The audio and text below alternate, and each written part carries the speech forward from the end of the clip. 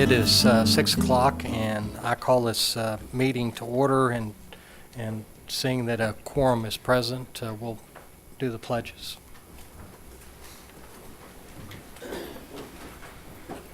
Allegiance to the flag of the United States of America and to the republic for which it stands, one nation, under God, indivisible, with liberty and justice for all. Honor to the Texas flag, I pledge allegiance to thee, Texas, one state, under God, one and indivisible.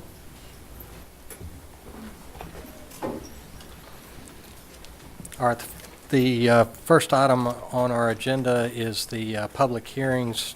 First being conduct a public hearing on the School First report. Thank you, Mr. Lambert. Dr. Morrison, trustees.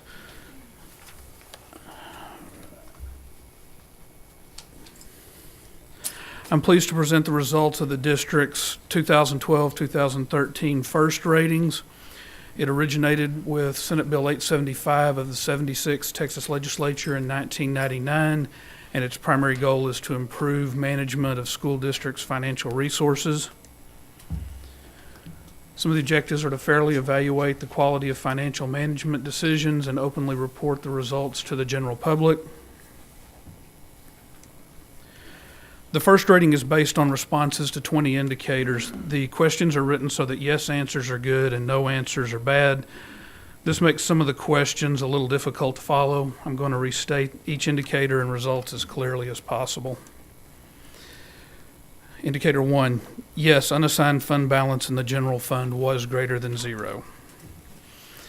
This graph shows the district's general fund's fund balance since 2007. As you can see, it's been above approximately $70 million since that time, during that time. Indicator 2, yes, the district has positive unrestricted net assets on the full accrual basis financial statements.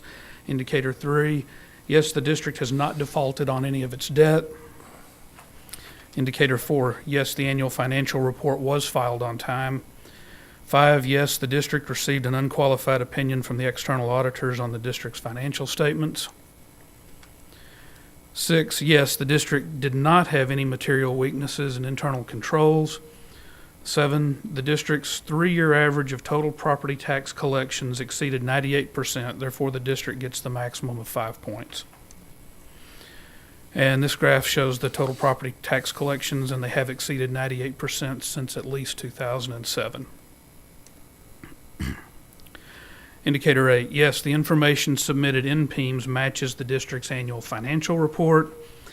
And 9, the district's debt payments were less than $350 per student, or the tax revenue per penny was more than $200,000, and 1 penny of tax effort in Garland is $1,388,388, and the district receives a maximum of 5 points. Number 10, there were no instances of material noncompliance noted in the annual financial report. 11, no conservator or monitor has been assigned to the district by TEA, therefore 5 points. Number 12, the district did not adopt a budget that used all of the revenue and the entire fund balance of the general fund, 5 points. 13, yes, the district has enough money to pay for construction projects without causing a deficit. And number 14, yes, cash exceeds deferred revenue. 15, the district's administrative cost ratio is less than the threshold, and the threshold for administrative cost ratio is 11.05%, and the district's administrative cost ratio has been less than 7% since 2007. 16, the district's ratio of students to teachers is within the range specified. And the student-teacher ratio range for a district Garland size is between 13.5 and 21.5 to 1, and the district's ratio has been below 16.5 to 1 since 2007. 17, the district's ratio of students to total staff is within the specified range. And again, the student to total staff ratio range for district GISD size is between 6.6 and 13.6 to 1. The district has been below 8.6 to 1 since 2007. 18, the district's fund balance increased, 5 points. 19, yes, cash and investments were more than zero. And 20, yes, investment earnings were more than or equal to the 3-month Treasury bill rate. So what is GISD's rating? Superior achievement. And the next few slides are required disclosures, and I'm just going to go over a few of those. Let's see. And the first item on this slide is the district did not take out any short-term loans between September and December. Has the district declared financial exigency within the past 2 years? No. And as far as I know, the district has not declared financial exigency, at least in the 16 years I've been with the district. And how many superintendents has the school district had in the last 5 years? 2. And unfortunately, this stays with us until Dr. Morrison has been here for more than 5 years. If you have any questions, I'll be glad to answer them. Trustees, any questions with regard to the report? All right, given that this is a public hearing, the board would also like to ask whether or not any members of the public would like to speak with regard to this first school financial integrity rating system report. Seeing no request to speak, we will close the public hearing with regard to the public hearing on the school first report. The next item is to conduct a public hearing on the Texas Accountability Intervention System.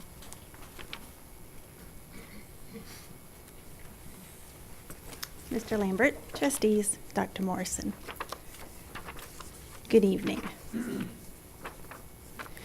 Tonight I'm going to share with you our efforts to draw your attention to the Texas Accountability Intervention System. This is a requirement according to state and federal laws we'll see in a few minutes. But before I begin, let me just say that I am the spokesperson for these improvement plans. I'd like to go ahead and recognize several of the campus staff members who really put a lot of work into creating the plans that you're about to hear about. First, Dr. Wendy Eldridge, Area Director 2. Mr. John Tucci, Principal at O'Banion. And if there are any O'Banion staff members, I think we've got some runners over here, maybe a few more. Any O'Banion staff? They were called upon several times for last-minute meetings to work on this plan, and they gave tirelessly and put a lot of work and effort into the plan. Thank you. So, what is the TAIS? I think when I spoke with you last year, I called this the TASE, and I've been told that TASE has a negative connotation, so we are now referring to it as the TAIS system. It is a required intervention practice based on earning a rating of improvement required or on missing a system safeguards under the accountability system. It is driven by a continuous improvement process, and it does comply with several state and federal requirements that you can see. Currently, the district has 36 campuses in the district that missed one or more of our system safeguards, and we have 2 campuses that are rated improvement required. What you see on the screen now is a copy of what you received in your board packet in advance of tonight's meeting. These are the intervention activities required based on performance levels. We'll start with improvement required. As I indicated, we do have 2 campuses that earned a rating of improvement required, and because of that, they'll be required to follow the orange section of the flow chart. So they've earned their rating. They'll have to create a campus leadership team, and they'll go through the TAIS intervention system where they actually are creating a separate improvement plan. This is the exact same plan that we instituted at Handley last year with the same improvement efforts. We do have a PSP and our district coordinator of school improvement. There are required submissions, and there's quarterly submissions of the campus improvement plan as well as monthly submissions by our PSP. For our campuses in the district that missed our system safeguards, we are required to go through the continuous improvement process, but the documentation is a little bit different. We can actually document our system safeguard strategies within our existing campus improvement plans, and I believe you have an agenda item later this evening to receive the campus improvement plans. And as you take a look at those campus improvement plans, you'll notice where there's strategies that have a check mark next to that strategy identifying or targeting one of the missed system safeguards in the accountability system. So what is the continuous improvement process? There's actually 4 steps. It begins with data analysis. They don't go into the plan just saying this is what we need to do. They actually take a look at all of their data. It could be their accountability data, but it could be other data that they have access to. Once they analyze their data, they really are identifying what are the problems here. It's not just low performance. What's actually the problems? Once they identify those problems, they go through a root cause analysis, where they look at those problems and say, what is causing this problem? And they don't just stop at one cause. They actually ask at least 5 times, this is our problem, why is this happening? Because of this. Why else is this happening? Because of this. Well, why is that happening? Until we really get down to what is causing the problems that we're experiencing. We then prioritize our needs to create the improvement plan. The improvement plan begins with annual goals and then quarterly goals, with the goal of achieving the annual goal no later than that 4th quarterly goal, because the STAR testing actually occurs within that 4th quarter. Each quarter there are activities and interventions that are planned and data that will be collected to support and analyze whether or not those strategies and activities are reaching to help achieve the goals. And finally, the ongoing implementation and monitoring. Each of the campuses that you're going to hear about tonight will have monthly meetings where they will be reviewing the plan and the progress towards the quarterly and annual goal. The targeted improvement plans are a joint effort. I get to be the spokesperson, but this actually includes the DCSI, which is the District Coordinator of School Improvement, which is Dr. Wells, a district leadership team that does include myself, Ms. Kara King, our Director of Intervention, and her staff, as well as the area directors for the schools and the curriculum coordinators, and any additional support staff. If we identify one of our root causes as professional development, then we'll enlist Mr. Orta on our our district leadership team. We do have a professional service provider. This is an outside GISD person that the state has identified as an expert in campus and school improvement. And so he comes and weekly walks the campus and meets with administrators, and he'll do monthly reports to TEA on our progress towards reaching our goals. And then finally, there's a campus leadership team that the campus administration, in conjunction with the area director, has identified. This includes not only identified leaders on the team, like department heads or instructional coaches, but any other leaders that might not be named as such.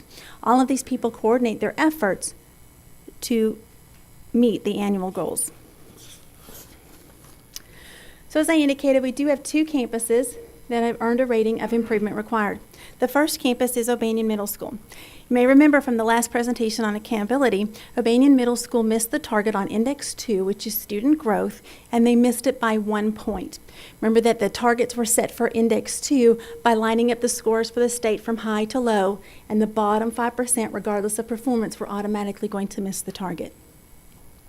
You did receive a copy of O'Banion's Campus Improvement Plan in your board packet for tonight.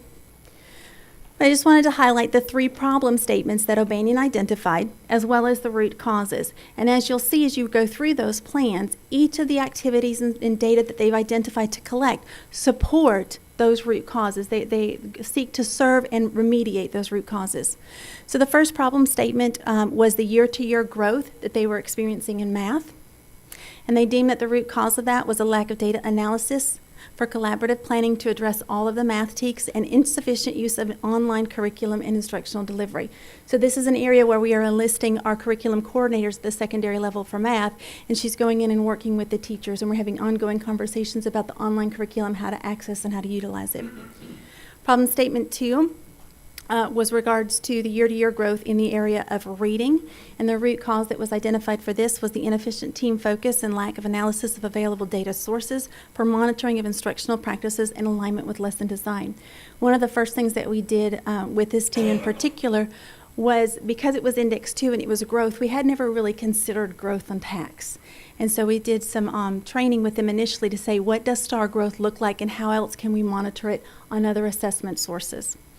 And then finally, the third problem statement was related to the intervention and the use of the intervention processes across the campus. And the root cause of that was an inefficient use of data analysis to drill down to specific learning skills and objectives to determine the student needs and provide effective instruction and intervention. Again, it's been a constant theme with all of the work that's been going on at O'Banion related to data analysis and understanding what data is available, what does it mean, and then how can I use that to inform instructional decisions. The next campus that earned a rating of improvement required is the Pathfinder Achievement Center, or PAC. You may remember from the accountability presentation last time that since 1994, PAC has earned a rating 4 times, and we have successfully appealed that rating 3 times, and I'm anticipating a decision letter on this year's appeal within the next 2 weeks. But in the event, they're still rated at the current time as improvement required, and so we did need to proceed with the development of their campus improvement plan. The good news is that their campus improvement plan that was developed is not going to be done in vain, because we can actually insert those strategies into their campus improvement plan and continue to monitor those throughout. PAC earned this rating of improvement required because of performance on 2 of the indicators. Index 1, they earned a score of 50, and the target this year was 55. Interestingly, it was 50 last year, and so had we had last year's standards, they would have actually met them. On Index 3, which is closing the performance gaps, they earned a score of 27, and the target was set at 31. Because of the size of the Pathfinder Achievement Center, the only group that's contributing points to Index 3 are their economically disadvantaged students. Because they have such a small campus and small numbers of economically disadvantaged students, they actually had to do a 3-year averaging to come up with these scores. So the campus was still diligently working on their plan, and so you have not received an advanced copy of that, but you did have on your places when you arrived this evening a blue folder that did include, I believe it's 11 pages of the full improvement plan for the Pathfinder Achievement Center.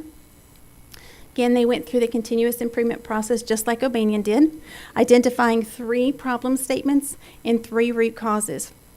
The first problem statement is related to their STAR mathematics performance, and they identified the root cause as teachers needing additional professional development and support in the district's math curriculum and programs. Problem statement 2 had to do with the past 2 years, students have been unable to write compositions that meet grade level standards. The writing compositions have been an ongoing discussion under the implementation of the STAR assessment program. And so the root causes of this that the campus identified was that teachers need additional professional development focused on writing instruction and motivating students to write.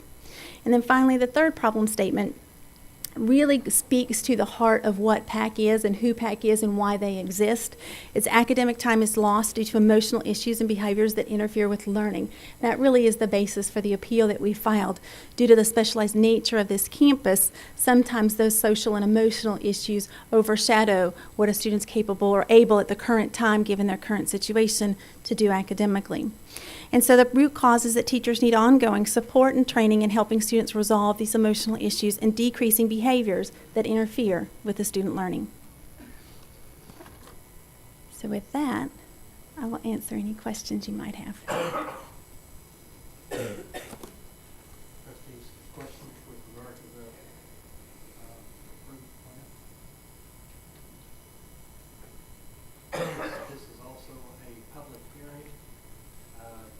Is there any member of the public that would like to speak with regard to? Oh, I'm sorry, Linda, did I miss you? Forgive me. That's okay. I think you said it, but I might have missed it. What's the number of team members we have on each of these campuses working specifically on this need to improve? I think you said it, but I missed it. So there's a specified group of people that have to work. So we have to have the district coordinator of school improvement, which is Dr. Wells. And we have to have a district leadership team, and that can be comprised of several different people. Standing members of that district leadership team include myself and Ms. King with the Department of Intervention, and then she pulls in her staff. So the district leadership team necessarily isn't a set number of individuals, Okay. but it's at least almost 2 handfuls of people from the district that are going out and supporting. That includes curriculum coordinators as well as CSTs. because on each of these campuses, we've identified CSTs that are going out and visiting and supporting teachers at least once a week, if not twice a week. But for the most part, the team is the same. Most members of the team across both campuses that are working on this. I'm thinking.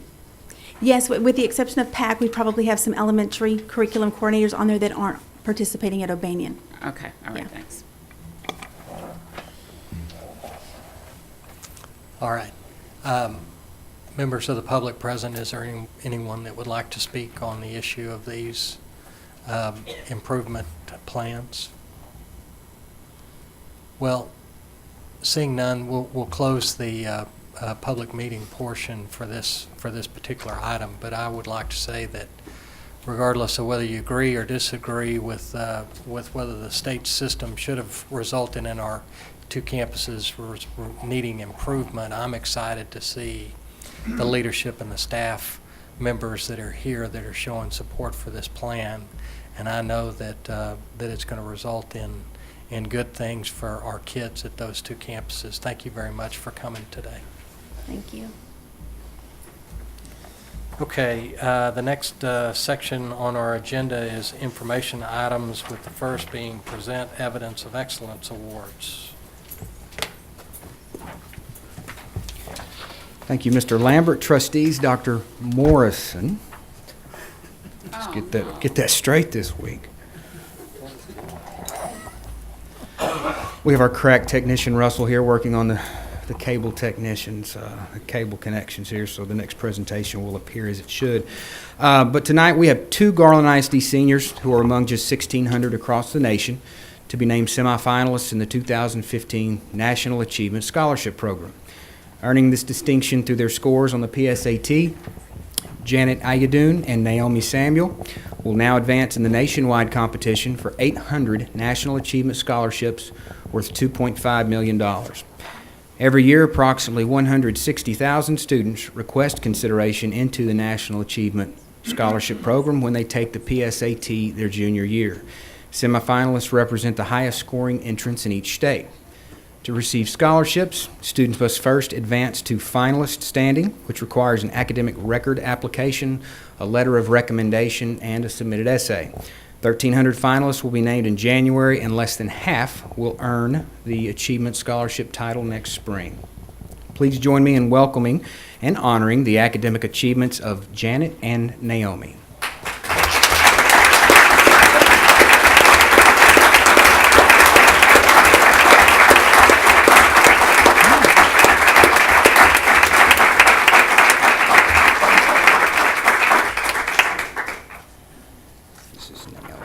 Don't know if Janet has made it. This is Naomi.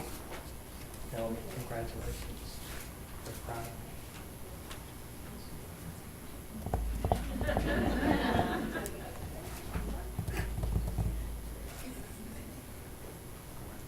Do I get to say something? You bet. Sure. So thank you so much for honoring me here. It means a lot that our district really cares about appreciating people who invest in their education, I guess. But of course, the main credit isn't to me. I'd really love to thank my parents and my family for kind of instilling the value of education in me just growing up. And I would most definitely love to thank all my teachers in the International Baccalaureate program at Garland High School, because I'm not physically capable of describing how phenomenal the education is there, and I just wish that everyone could get that kind of experience, because it just truly encourages inquisitive learning that most people don't get to experience in high school and have to wait till further education. So I definitely say that I guess they're underappreciated and kind of underground. Most people don't know about IB, especially whenever you go out into Texas and the country and stuff like that. But yeah, I would just really love to thank them and thank my parents for kind of leading me to a program so phenomenal. Thank you so much for this.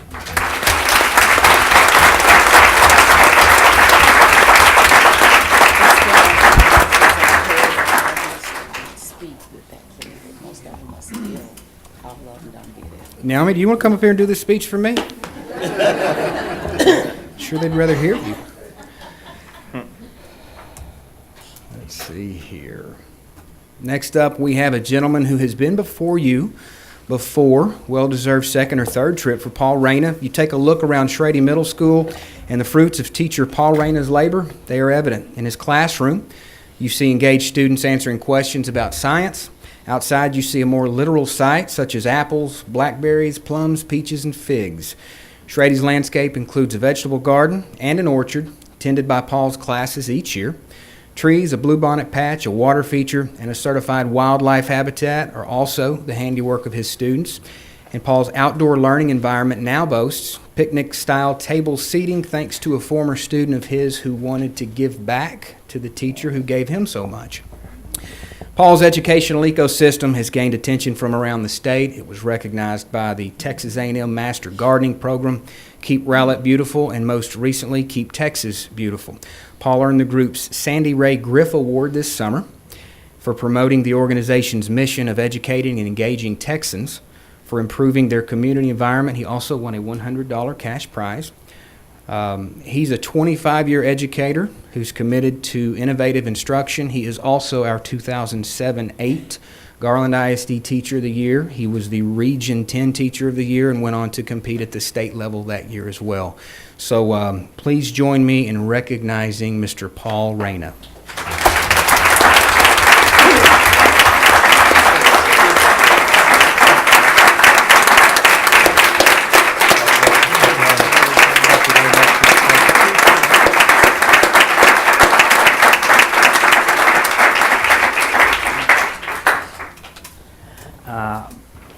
I have been with Garland ISD my entire teaching career, all 25 years, and I remember when I first came into it, hearing that the first year of teaching, oh, that's your worst. That was actually one of the best I ever had. It made me know that I was doing the right thing, and I'm so blessed to be in a district where you allow me to have fun, and when I have fun, the kids have fun too. I'm very proud that we have a district that has a lot of people that are on the board that come out to the schools, that come out to see what the teachers are doing. That really means a lot to us. Just recently, I had an excellent lunch prepared by several people from the school board and throughout the district, and we even were launching catapults that day. And there was this one pesky guy kept getting in the way. It says, here, shoot me a marshmallow, because we were launching these marshmallows through the air. So Dr. Bob was out there with his mouth open as the kids were flinging them. I got that on video if anybody wants that.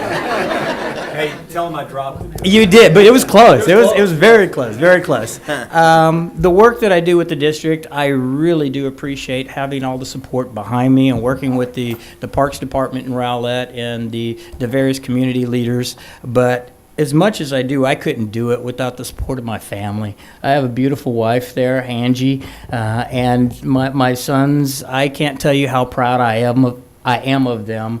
All three do go to Garland High School and are participating in various programs there and are very successful. The fact that they are part of the ISD and are doing so well gives me the leeway to do all the things that I want to do for Garland ISD. So I have to give my family all the credit because they let me have fun. Thank you.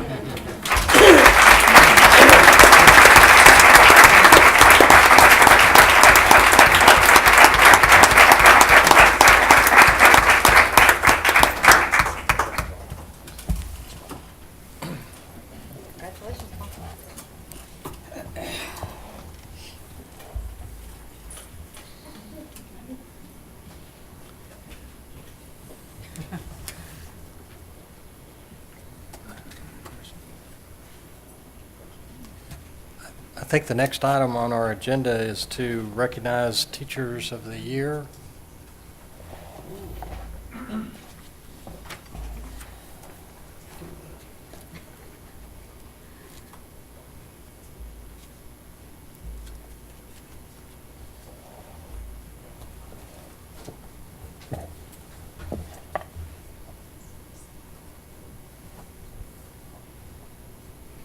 Thank you, Mr. Lambert, trustees, and Dr. Morrison.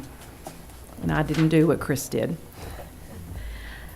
The mission of the Garland ISD Education Foundation is to encourage and support innovative teaching, and we are proud to support the district's Teachers of the Year. Since 2012, the foundation has awarded these exceptional educators $1,000 in recognition of their dedication to GISD students. Tonight, we would like to recognize Amy Pinkley and Ben Doolin. Amy grew up in GISD schools, returned as a teacher in 1988, and has taught at Herforth Elementary School for the past 16 years. As the first member of her family to earn a 4-year college degree, she enjoys telling her story to the students and continuing to inspire them to keep learning every day. Mr. Doolin also delights in encouraging his students to reach their potential. The South Garland High School science teacher helps his students to achieve academic success and has been with the GISD since for the last 6 years. He believes teaching is about helping students grow and showing them that learning is fun. Please join me in welcoming GISD's 2014 Elementary and Secondary Teachers of the Year, Amy Pinkley and Ben Doolin.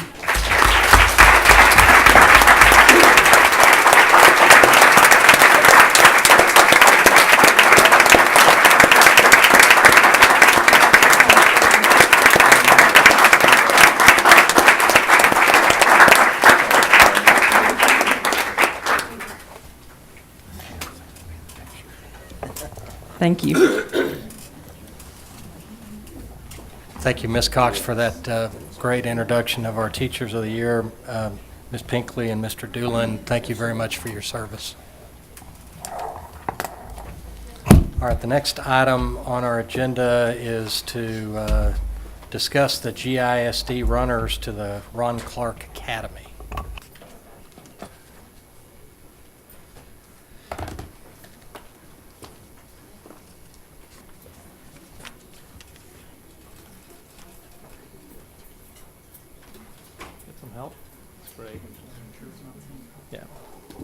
I'll get it right too, I promise.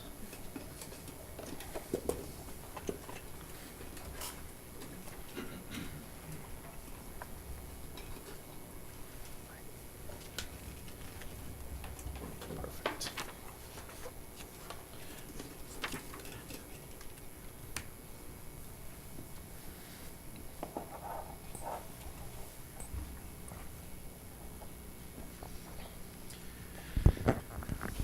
All right, that should work. Good evening, President Lambert, members of the board, Dr. Morrison.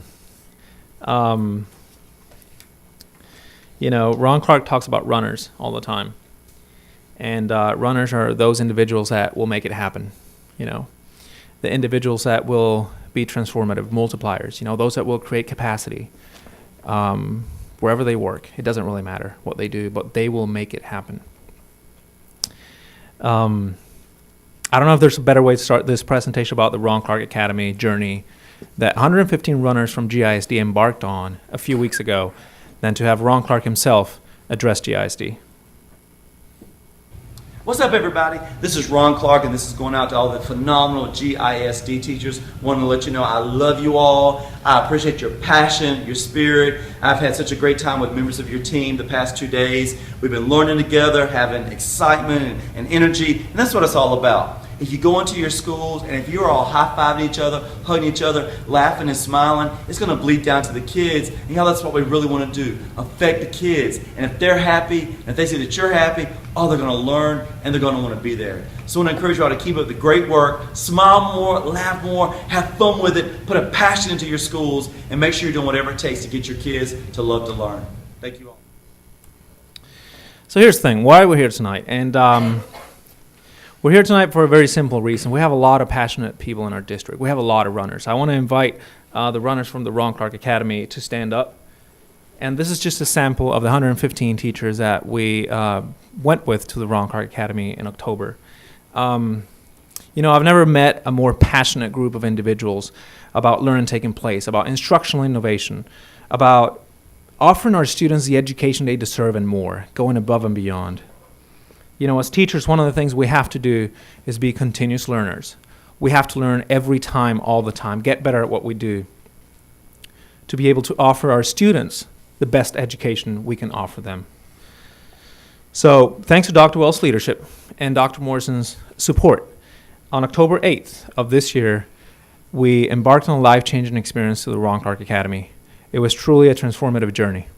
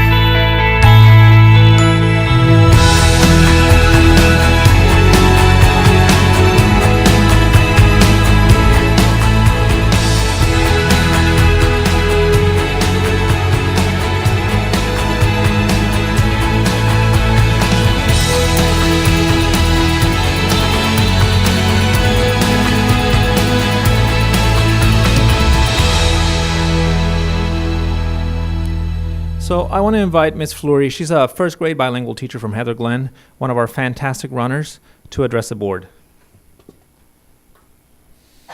Good night, Mr. Lambert, Dr. Morrison, and ladies and gentlemen from the board.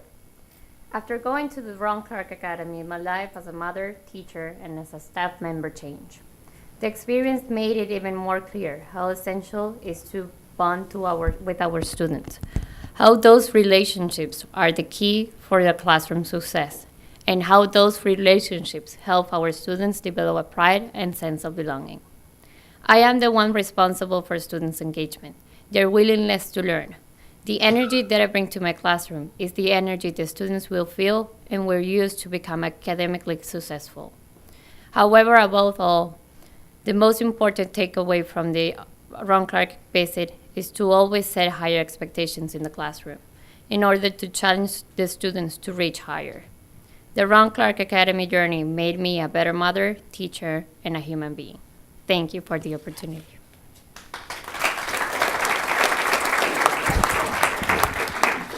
You know, we think back to the convocation back in the summer of 2014. Ron Clark really ignited GISD. It was almost magical, you know, see all those 4,500 teachers in one place and leadership and everybody from the district really taking a look at, you know, all the concepts he has and philosophy he has for educational transformation.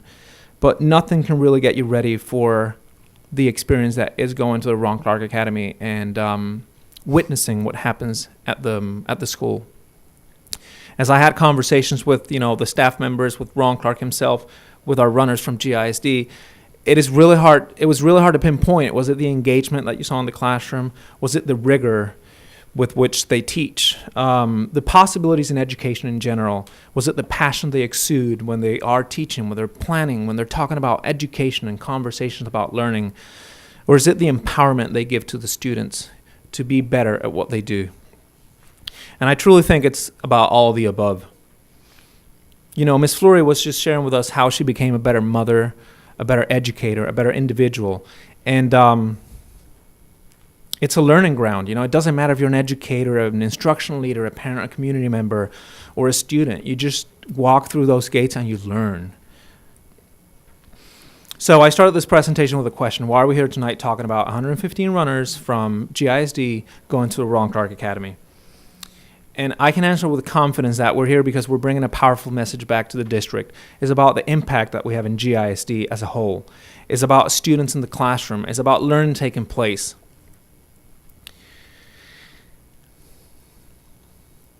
And, you know, I don't want you to take my word for it because I'm obviously the director of professional development, but what matters is what happens on the ground. I want to invite Mr. Loaiza from the Walnut Glen Academy, and this is here's something you don't know about Mr. Loaiza. So, number one, he's taught kindergarten and 5th grade. Just going to put it out there. Number two, Ron Clark himself, when he saw Mr. Loaiza talking about education and the way he taught and how candid he was about, you know, the way he needed to get better, even though he's already a great teacher, Ron Clark himself said, You need to come from Walnut Glen and teach at the Ron Clark Academy. He wanted to literally steal from GISD to bring it to the Ron Clark Academy. How about that? Good evening, ladies and gentlemen. My name is Fernando Loaiza. I teach 5th grade at Walnut Glen. Yes, he did offer me a job, but my mission here is more important. I love Texas. I want to thank you for giving me the opportunity to come to this magical place. And in a way, yes, it does change you. It changed me in many ways, as a parent, as a teacher, and even as a person. And you see all these pieces of the puzzle coming together in this place. And you realize, well, you look at yourself and you say, well, I'm a good teacher, but being a good teacher is not good enough. You have to strive to become a great teacher. And that's one of the things that fired me up when I was there. And I said, well, what do I need to bring more to my classroom? What do I need to do more consistently every day? And it's bringing music and movement into my lessons. Is to communicate with my parents better by giving them my phone number and tell them to call me anytime they need to. It is to bring the rigor of my lessons way above than I thought possible. It's to plan better, to spend more time, less time complaining, more time saying, what can I do for my kids? So I am just as excited today, actually more excited, than the day I came back from that trip. And I could not wait. It was just this burning desire, which it still is today. And I think it's permeating through my group, and to bring my coworkers into the fold, and to uplift them, and to uplift my students, and to do all these great things that are possible. They are possible. So thank you for the opportunity.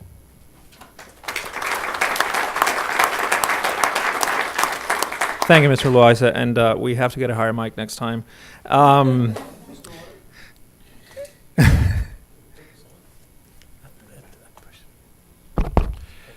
Could you explain maybe to those in the audience and those watching on television where you're getting the term runners from? Those who attended the convocation understand the term. Maybe we can get a better explanation. Absolutely. So I'll try my best.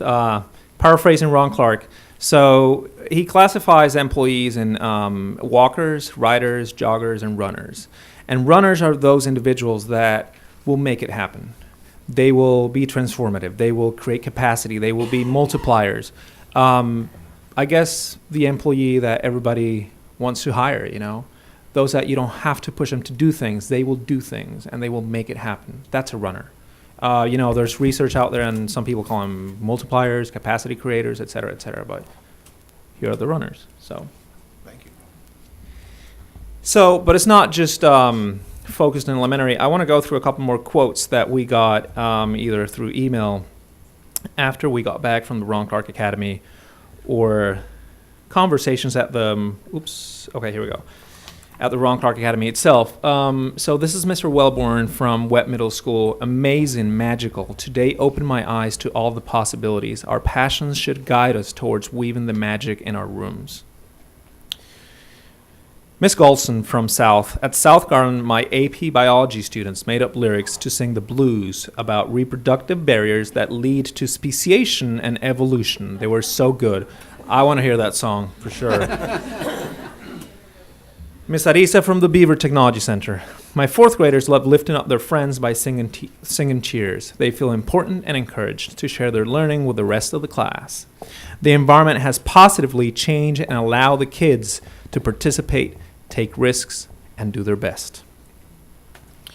I want to introduce to you Deborah Henson, the principal from Daugherty Elementary.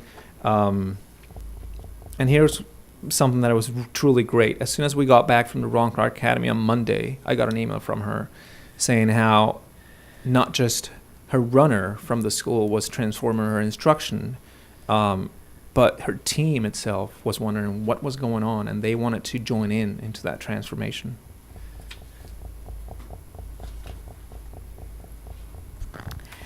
Mr. Lambert, trustees, Dr. Morrison, and administration, I cannot tell you what this trip did for us and meant for us at Daugherty Elementary.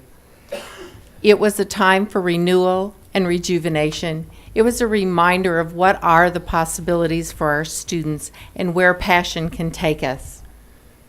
On the return trip, you will see a video later of a lot of enthusiasm and energy, but along with that, there were conversations taking place between teachers of various grade levels discussing how are we going to do this, what can we make this happen, what am I going to do Monday morning when I walk in.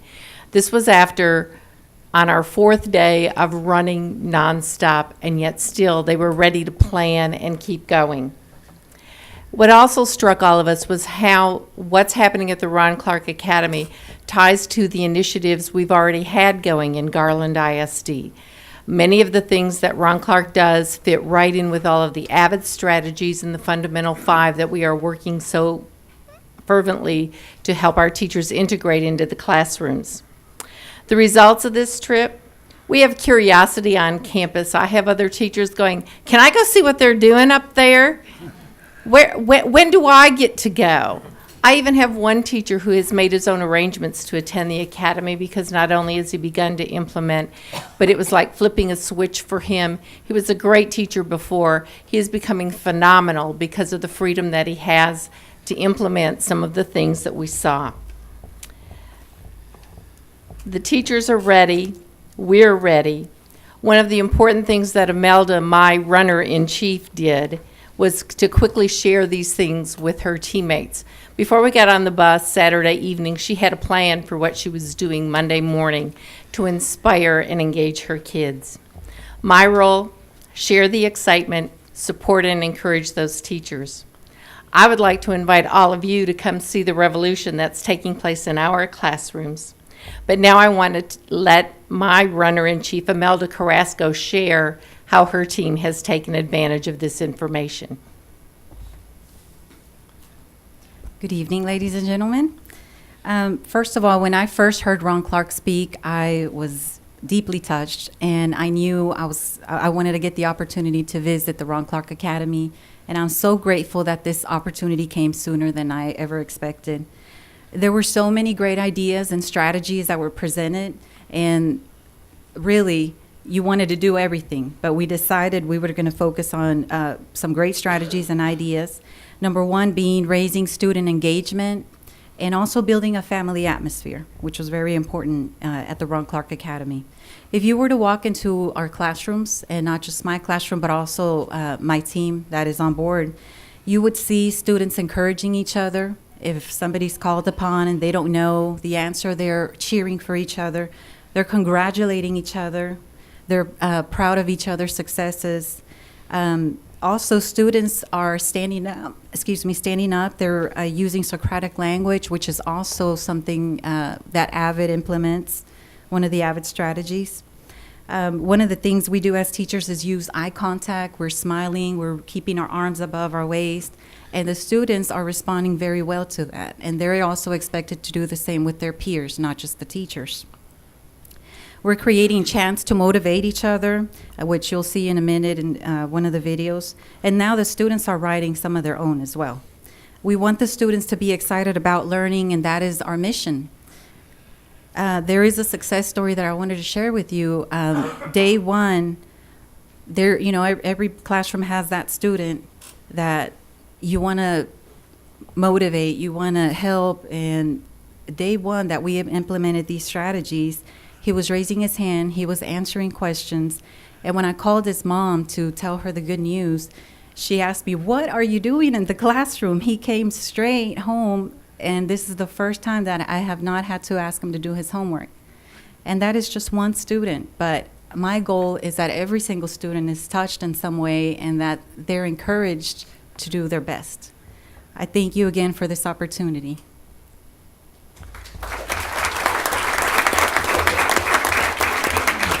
Thank you, Ms. Carrasco. So I remember the day before we departed that trip, I had a conversation with Dr. Morrison, and we're talking about the learning and the conversations that need to take place. And he said to me, he had a directive for me. He said, "Go have fun. You're going to learn whether you want it or not." And fun we had. So I'm going to show you a clip in a little bit that is about bus number 2 on the way back. On the way back, and I'm being very overt about that fact because this is after 14 hours of a road trip from Dallas to Atlanta, and then 2 days of intensive learning throughout the day and even into the night. And then on the way back, this is what happened in bus 2.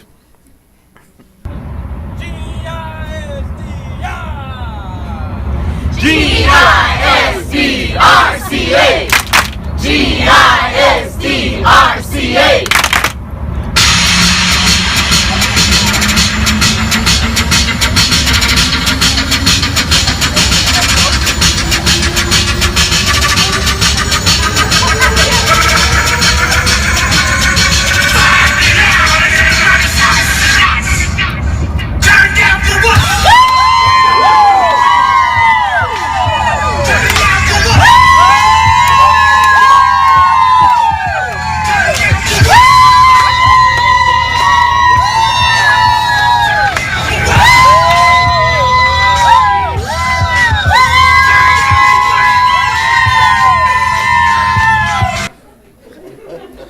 And there's Megan from the I-team. She happens to be sitting in the crowd tonight. There she is.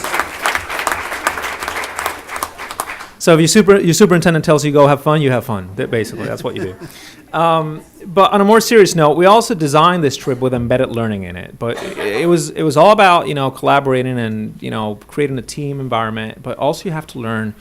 And my challenge to the runners as we departed the PDC at 4:30 in the morning was basically gather evidence. Gather evidence from minute 1 of everything you learned, the conversations, testimonials, photos, pictures. And all of this in the name of answering one driving question. How can we, as GISD educators, embrace and tailor the RCA philosophy to transform our own teaching and learning while collaboratively inspiring, creating, and building capacity in our campuses? So in a nutshell, what you're going to learn at the Ron Clark Academy, that's fantastic. How are you going to apply it in the classroom? How are you going to transform our teaching and learning for our students?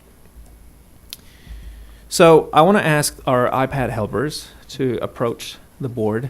Because one of the things I want to show you right now is a blended learning environment we created for this trip. It's based on an application called Edmodo.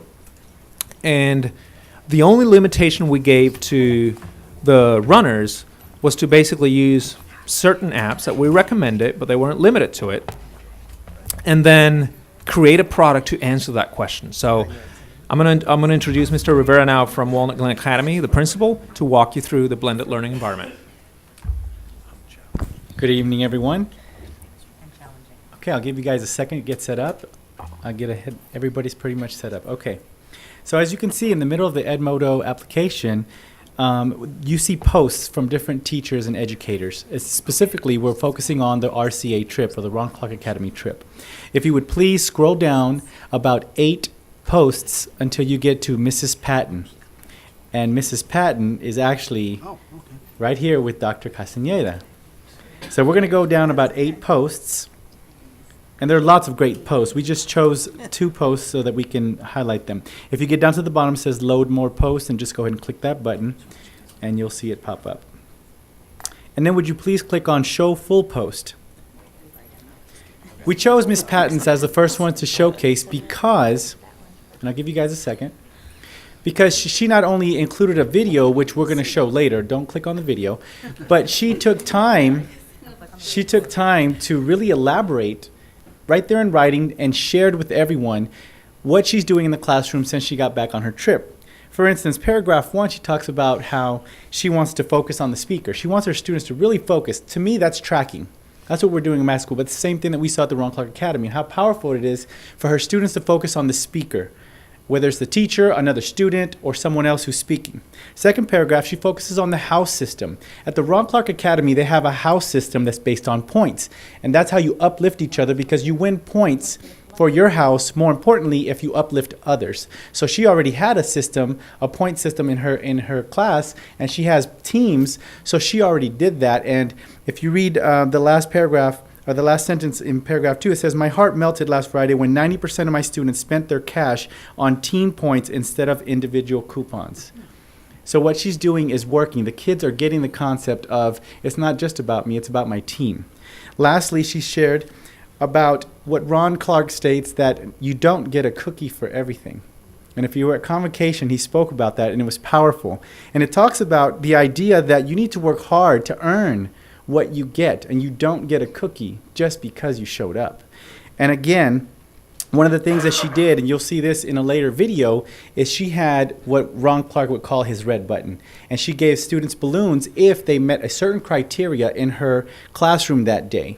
And if they met the criteria to the level of rigor that she desired, then they got a balloon and they got to pop it. And it was a great deal. But in the end, she says, what I was most impressed with was that the students who did not get to pop a balloon still had good attitudes, and some even gave their peers a high five. So again, that understanding that I'm not going to get a cookie for everything. Very quickly, I want you to go down 5 more posts, please. And you're going to find Mrs. Sopo. And it's going to be the third one by her where it says, plural nouns are injured. Yes, it's powerful. Plural nouns are injured. If you would please just click on the first picture so that you can see it enlarged. The reason we chose this post is because when we went to the Ron Clark Academy, Mrs. Bearden is the co-founder with Ron Clark for the Ron Clark Academy. And when we walked into her classroom that day, she had a crime scene on the floor. And her students all of a sudden were investigators. And they had to figure out why the crime scene was there in her English class. Well, obviously here, Ms. Sopo, in an elementary classroom, had the props, so students were somehow performing triage on their plural nouns that are injured. It's about the wow factor. That's what Ron Clark showed us, and that's exactly what Ms. Sopo was doing in her elementary classroom. So although the Ron Clark Academy is 5th through 8th grade, Ms. Sopo said, guess what? I'm holding that expectation higher. I went blank. Miss Patton? Miss Patton also holding that expectation so high. So again, this is also just a way to show you that Edmodo is such a powerful tool for our educators to share out. Because any one of us can log on here and steal these ideas and use them to energize our students, because we all have so many great ideas. Thank you. Thank you, Mr. Rivera. That was great. So at this point on that Edmodo class, we have over 40 products from teachers, evidence that, what's going on in the classroom, pictures, reflective pieces, conversations about the learning taking place throughout the district.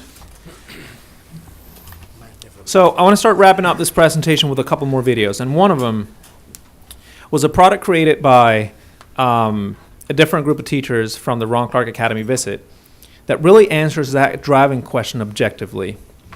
It goes to the point. It's short and really pinpoints what we need to do in GISD to answer, this is what we learned, this is what we're going to do in our classrooms.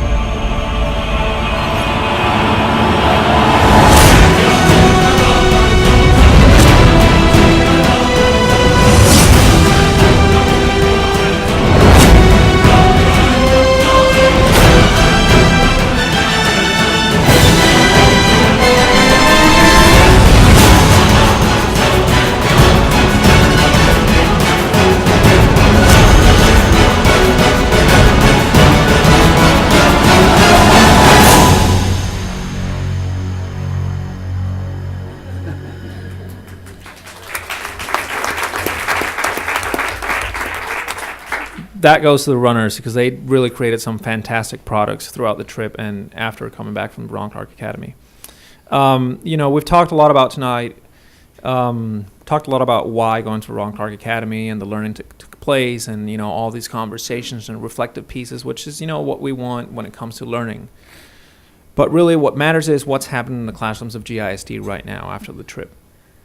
And the following video has evidence from different elementary schools from GISD. And it's just a snippet. It's 7 o'clock. Sorry, that was my computer. I know, 7 o'clock. It's a short selection of clips from different schools throughout the district, and it really shows what's going on in the classrooms.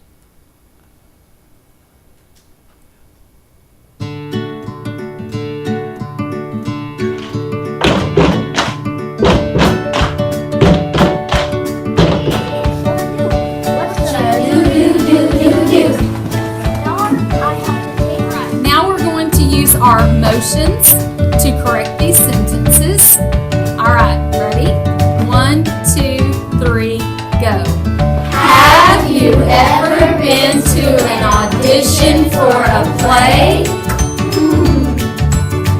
Perfect, that was awesome, Thomas. Thomas, on fire! Ooh! Get out the way! We got a new student that's coming to the stage. Ooh! Get out the way! A senior is coming to the stage. Alright, I talk to them. Okay, because you're really multiplying 10 by 7. And then equals 70. So you put the 0 really under the 8 and the 7 under the 0. He said put the 0 under the 8 and the 7 under the 0. Is he right? Yes! So hands on. Wipe him down! Fantastic. One more time. Wesley's on. Wipe him down! Fantastic. Okay. Isaac's on.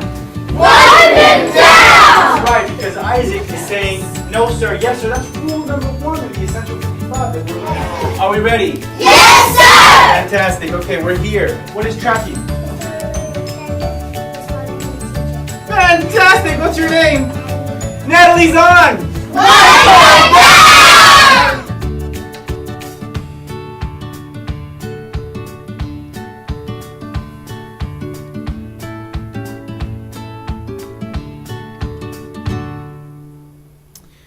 So I want to invite Mr. Rivera again to address the audience tonight because he's really taken that leadership aspect to a new level. He's going back to the classroom to teach second through or K through 5. It's just fantastic. Once again, thank you for the time. I want to start by, that video is exactly what I was looking forward to coming back. As soon as we got on that bus, we were energized. We were reflecting with each other. We couldn't wait to get back, and I knew I needed to find the opportunities to get back in the classroom. Ron Clark teaches 6 hours a day, and he still runs the school. Why couldn't I do just my little part? So I came back, and I found times when my teachers had substitutes. And I went in there, and I taught the class. I taught the Ron Clark strategies. And I taught them, I taught first grade, I taught third grade reading, and I taught fourth grade math. Powerful. The last clip on that showed a young lady, a little first grader, in one of our gen ed classes, and I asked the question after 20 minutes of coaching, and I said, "What is tracking?" And she stood up, she bent her arms, she addressed me with a complete sentence, and she said, "Mr. Rivera, tracking is following the teacher," and I just completely lost it. It was so powerful. Just 20 minutes of coaching, and they were with me, they were tracking. Ron Clark is an amazing presenter. We witnessed that at this year's convocation. He's amazing, he's energetic, he's infectious. But none of that compares to when you see him teaching in his class. It was so powerful.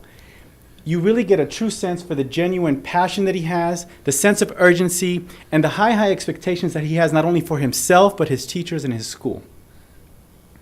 The Ron Clark Academy trip not only has transformed Mr. Loaiza, as you can see, but it's also transformed me as an educator and as an administrator. And I mention this because it starts with me at my school. If I don't buy into it, if I don't get in there and model for my teachers first what I expect, then why am I going to expect it?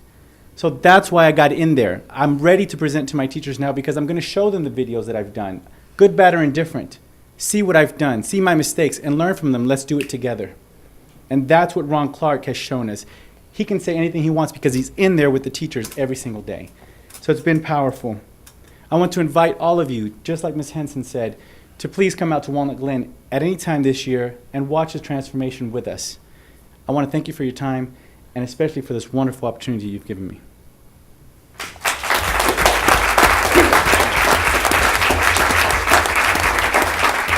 So to close out, thank you, Ms. Rivera. It's very powerful. We hope to have the opportunity to go again Again, thanks to Dr. Wells' leadership and Dr. Morrison's support and availability of Title II funding, we were able to put together a trip. If we go again, and we've had some conversations, initial conversations on the possibilities for the future, we would absolutely love to have some, if not all, the board members to attend with us. It's really a transformative place. I want to thank the runners from GISD once again. They were truly fantastic. So.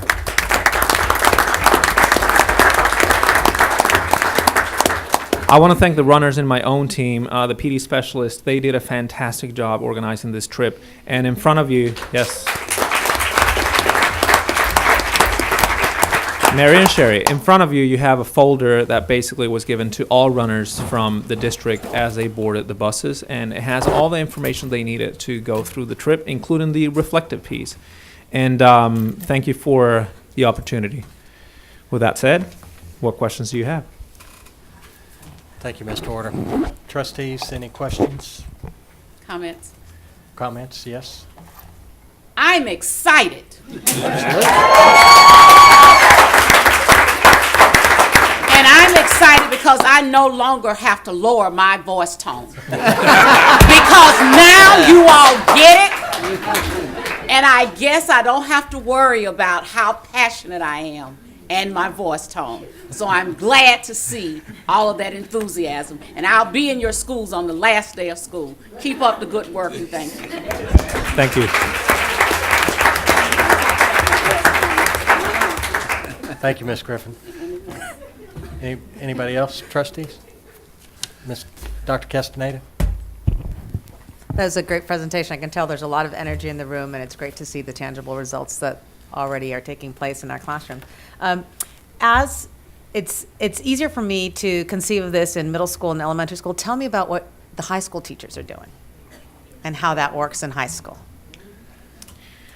So a couple of things that, there's a couple of quotes in the presentation about the changes that are happening in the secondary level.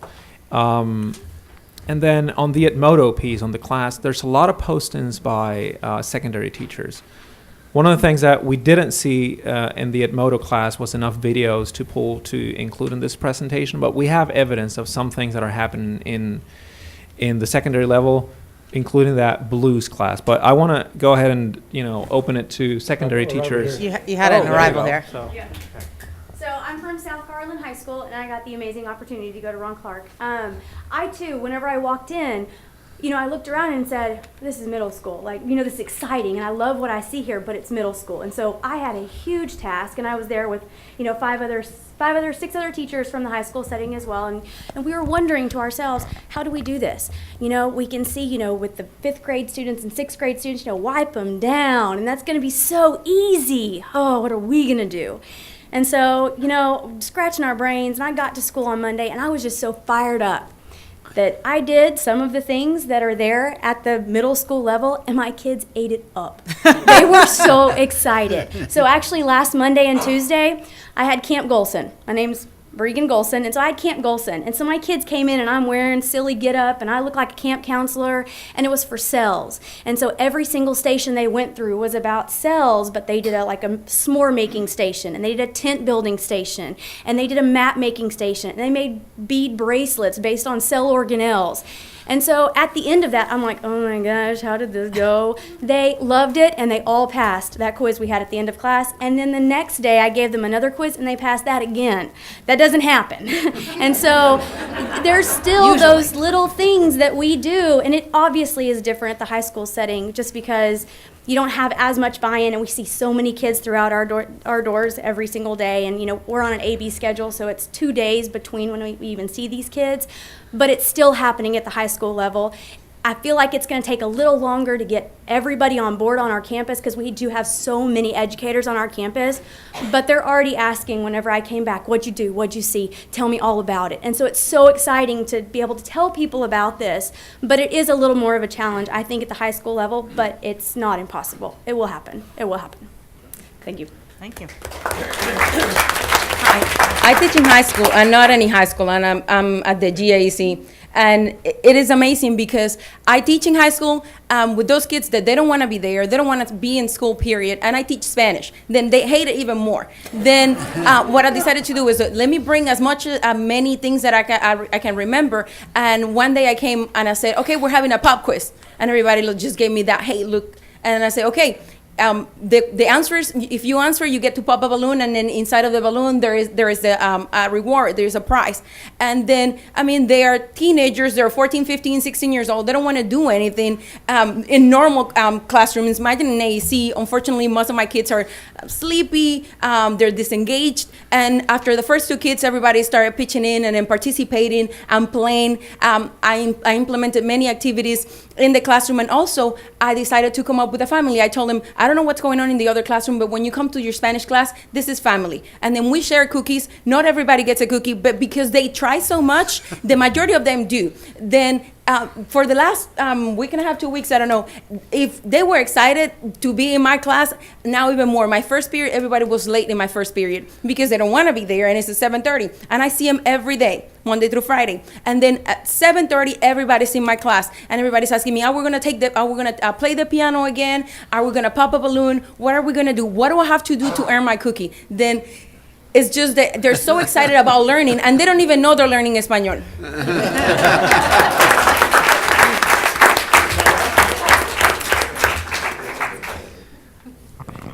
Thank you. Mr. Axe? As a lifelong teacher, I am thrilled. Thank you. Absolutely. Thank you. That's great. Any other comments, trustees?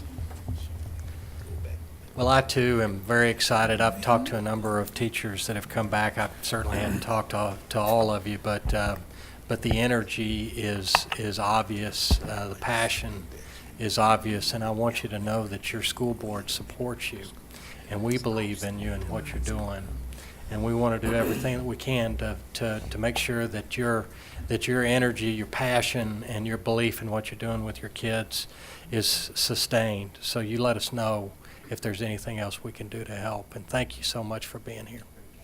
Thank you.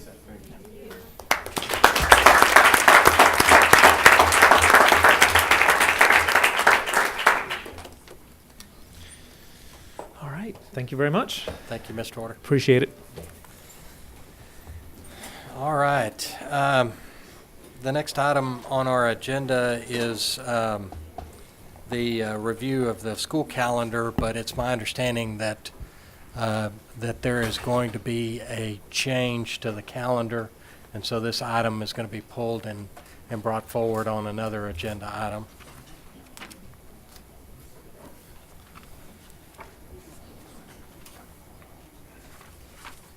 And the next item on our agenda is to receive campus improvement plans. Ms. Allen? Good evening, Mr. Lambert, Dr. Morrison, and trustees. We have provided you with a CD containing the 13-14 campus improvement plans with the summative information, as well as the recently created 14-15 campus improvement plans, and I'm happy to answer any questions that you might have. Trustees, any questions? Ms. Griffin? Yes, I reviewed the CD, thank you. But what's the message in the summative report as you all looked at it and reviewed all of the campuses? What's the message? What's the common thread through that? Were there some things that we need to be looking at differently? And then with the 14-15, did we improve on those particular campuses based on what we learned from the summative for 13-14? And the summative information is really specific to each campus. So each campus improvement team goes in and they review each of those performance objectives, which was their goal for that campus in those different areas. And they look at their data and decide whether or not they met that goal. And they list the data that shows, whether or not they've met that goal. And then the same thing, they should use that data to create their needs assessment going forward for the 14-15 plans. As far as whether there was a common theme throughout all of the plans, it's really specific to each campus. And not necessarily a common theme. Okay. But what did the findings reveal? Is there a message of something from the campus improvement teams? I know they are specific to each campus. When I went through it, I looked, and it looks like on the summative, everything received a check, with the exception of those that might have missed the safeguards. But what do we learn from these plans? I would say, Ms. Griffin, I don't know if you can hear me. What the campuses are doing is when they get their accountability results, that's really what they look at to see if the goals were met or not.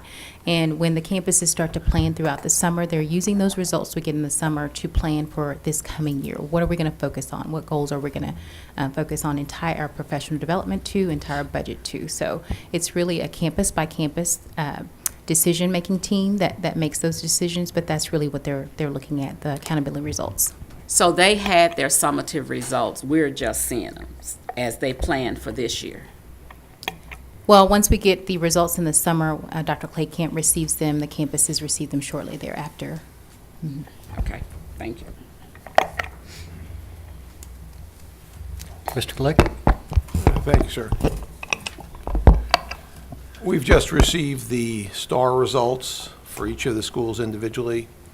How is that going to translate into the campus improvement plans? And I noticed that the first report due is in November, so we'll Correct. receive the reports after that. And how are they going to tie in Dr. Claycamp's results on STAR into Met Standard, and then going for levels of achievement into the multiple STARs that are available per campus? So every campus is required to do a comprehensive needs assessment, and within that CNA are 8 different areas that they have to review. One of those different areas is achievement, and so that's where they would review all of those test results, and they would come up with their need statements. So where are the gaps on their campus? What things do they need to focus on? From those need statements, they would create goals, and those would be translated into performance objectives underneath each of those district goals related to accountability. And so they will take a look at strategies, the action steps that they're going to take to try to reach those performance objectives, and that's what will be reviewed in November. So what strategies are they currently working on to make progress toward that goal, and how is it going with those strategies? What progress have they made in implementing those strategies? Follow up? Sure. Yeah. So I guess this is to you and to Dr. Wells. Are we setting individual campus goals based on STAR, so something above Met Standard? And is that, I didn't see those specifically. The level 3 performance? Yeah, Yes. in the campus. I didn't see those yet. Will that come when we see them in They should November? be in there. Some schools yes, some schools no. We'll review those to make sure that was on their checklist of things that were supposed to have been addressed. Okay. Were those level 3 performance, and generally that was under goal 6, which is the accountability section. Those should have been not only their level 2 performance, but level 3 goals as well. Thank you. Any other questions, trustees? Thank you, Ms. Thank Allen. you. All right, the next item on our agenda is to conduct our public forum. I have one card. I believe it is it Heather Lawley? Yes. Yes. Only one, huh? Wow. All right, well, I've got first off, before I start talking, I've got a copy of my speech for each one of you. All right? So, without dropping my paper. And I'm doing this because I feel it's important to be able to read along versus just having it recorded to review later.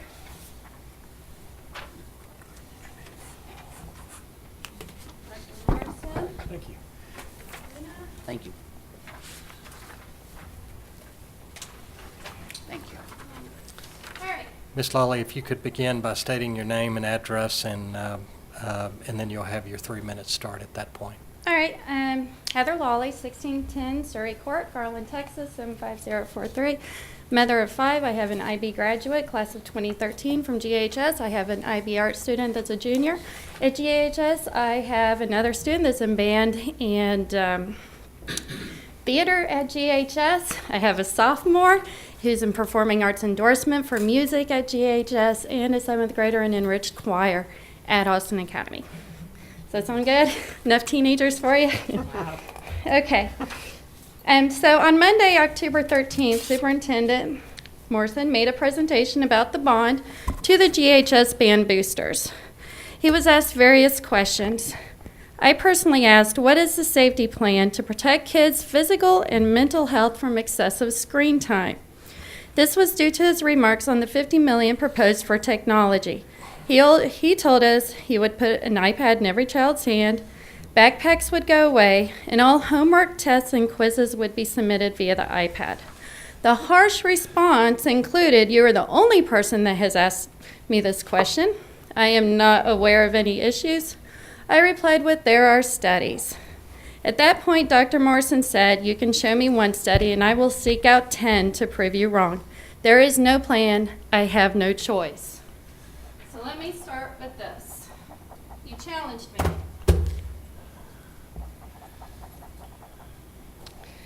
In front of you is a binder with articles and scientific studies on this very subject. That is the tip of the iceberg. I want you and the entire board to preview this packet and begin your homework to make a safety plan. Excerpts from the American Academy of Pediatrics. Media influences on children and teenagers should be recognized by schools, policymakers, product advertisers, and entertainment producers.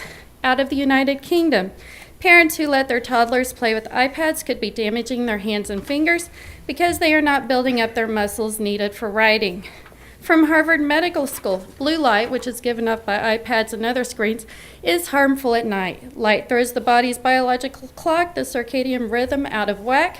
Sleep suffers. Worse, research shows that it may contribute to the causation of cancer, diabetes, heart disease, and obesity. From USA Today and the American Optometric Association, digital devices use leads to eye strain even in kids. What will you replace the iPads with? Google Glass? Reported on October 15, 2014, a 31-year-old man was treated for internet addiction disorder due to Google Glass while in the U.S. Navy's Substance Abuse and Recovery Program. IAD manifests severe emotional, social, and mental dysfunction. From Two Machines in regards to increase in ADHD. I have an ADHD child. When kids play games, they rack up points, move to higher levels, and their brains are rewired with one thing, dopamine, a neurochemical is released every time they win. Some experts believe they seek out gadgets because they have problems with their natural dopamine systems. When a child puts down his iPad, his or her brain finds the real world underwhelming compared to his virtual realms. From the Scholarly Kitchen, e-reading devices slow you down and makes you more apt to forget what you've read. I'm almost done.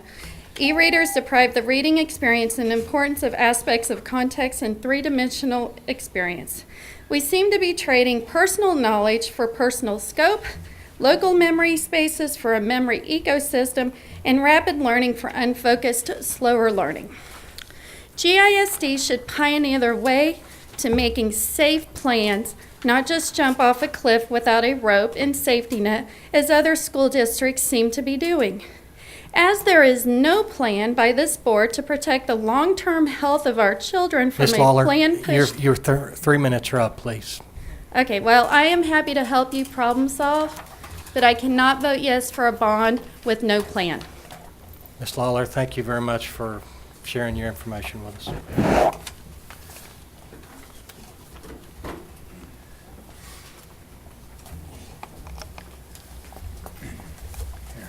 All right, the next item on our agenda is discussion items, trustees' reports. Trustees, do you have any items to discuss from district or community events? The Ebola presentation last Wednesday was very informative. I went home and taught my family all kinds of good stuff. Yes. Yes. So thank you. It was nice to have our medical experts speak on that topic. I think we had representatives from all of the Tri-Cities. Yes. So thank you. Dr. Castaneda? Many of the trustees and the staff members had dinner tonight with the folks from Leadership Rowlett. And so they were here with us. It's one of the important programs in our community, which brings us together with the community leaders and lets them know what we're doing in schools and operations. So that was a nice opportunity to get to know some more leaders, in this case from Leadership Rowlett. Mr. Glick? Thank you, sir. Last week, Ms. Griffin and I attended Rowlett's Taste and Trade, which is similar to Fall Fest in Saxe, although this was indoors at Rowlett High School. And it was, again, a chance to set up a GISD table and materials about the bond issue, meet members of the community. The maybe unfortunate part of Taste and Trade is the proximity of many different food items. So between donuts and Japanese food, real close. Probably a little less time spent with the community and a little bit more time eating.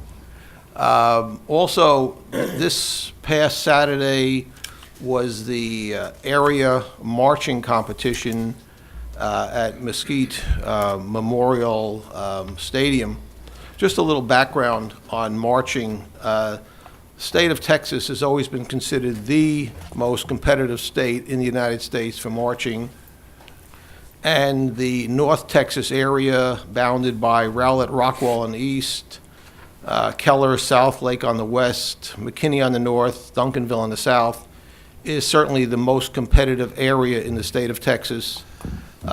Areas B and C traditionally have the state marching champion and many of the runners-up. So Area C marching was on Saturday. 4 of our bands made it to Area C. Garland with Mr. Bob Bashirs, Saxe with Miss Holly Taylor, Lakeview with Michael Kilgore, and Rowlett with Mr. Phil Alvarado. 24 of the top bands in the area were there. The top 10 go to the finals at night. Rowlett and Saxe did make the finals competition, and Rowlett was successful for the 6th successive time, and will compete on Election Day at the Alamo Dome in San Antonio. What was most impressive about Rowlett's show is they tied in music performance with both Capel and Duncanville, which are 2 of the state powerhouses, so it bodes real well for Rowlett at the state championships. And congratulations to the band director, Philip Alvarado, and assistant Ben Sumrack and Chris McHenry, the Rowlett band directors, and we wish them well in that competition. Trustees, any further? Mr. Axe.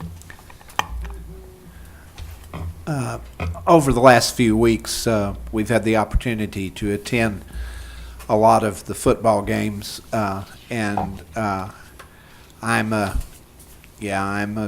band nerd too. I never played in the band, but I love listening to them, and so I would always go outside during the halftime performance so I could hear them. And I am massively impressed with all of our high school bands. I think they all did a wonderful job. Rowlett, yeah, I mean, we expect it from Rowlett, but it was really, really. I think we won the area championship in bands. You know, they all just did a magnificent job, and the drill teams were great too. I'm proud of what we do with all of those programs and the folks that do them for us. Ms. Griffin? I'd like to read a statement from the Fulton County School who had the opportunity to be one of the schools that was chosen by CUBE, the Council of Urban School Boards, as one of the top school districts in the states. In 2013, Fulton County School was recognized as one of 6 districts from across the country by the Broad Foundation for improving access to advanced placement classes for African Americans students who are maintaining a high pass rate. They made that presentation, and there was a map that went on the screen. I'm multitasking, so I kind of missed it a little bit. And when I looked up, I saw the dot in Texas.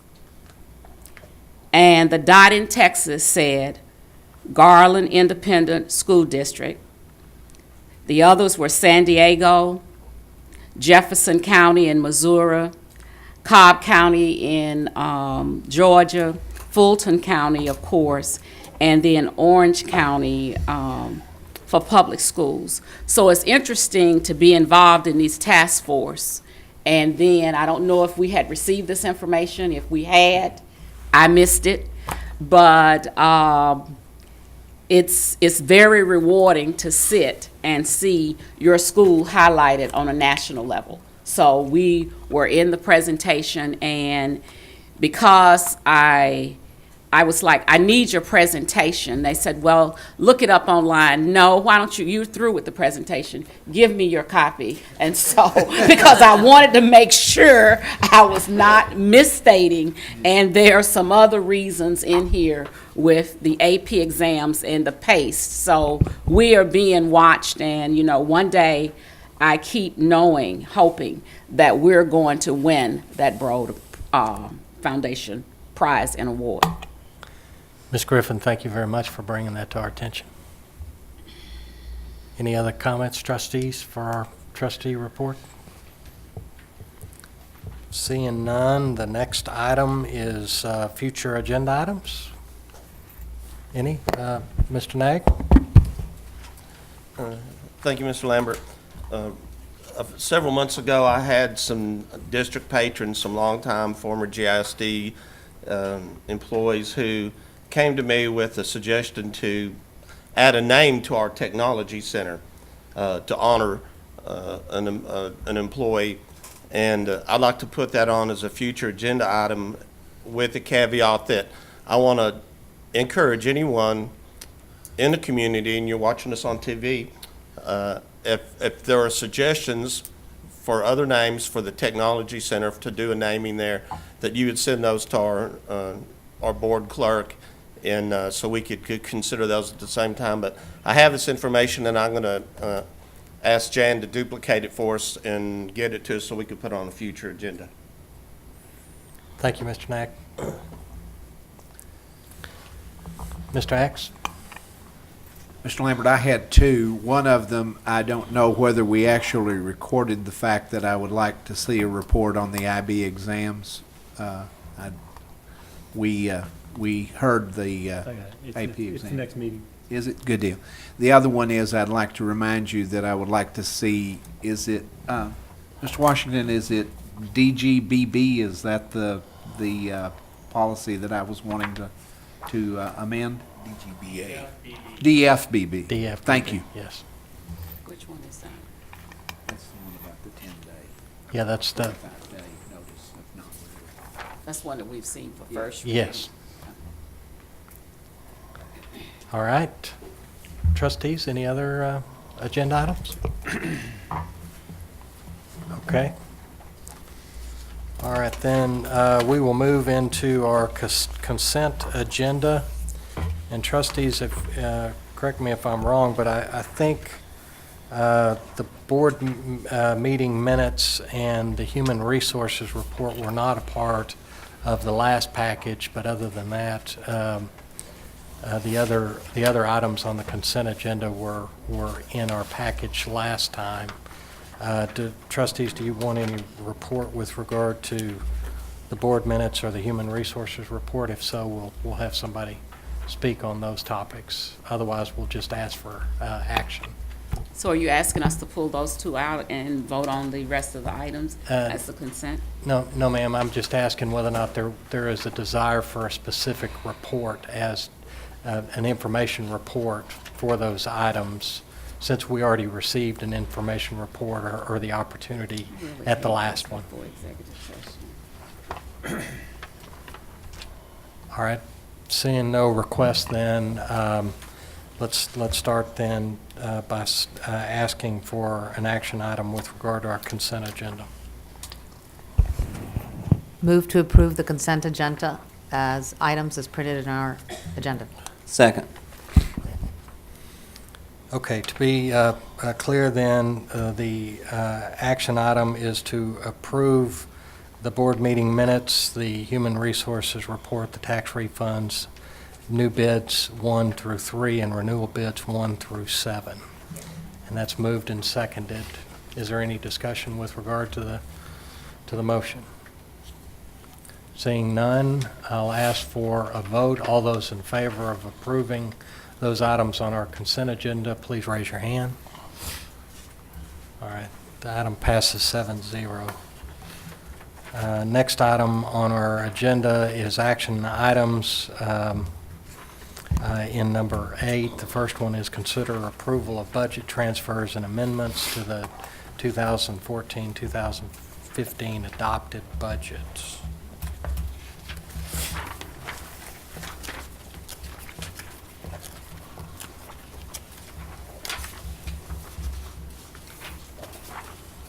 Good evening, Dr. Morris, Mr. Lambert, and trustees. You have before you the transfers and amendments for your approval tonight. Do you have any questions?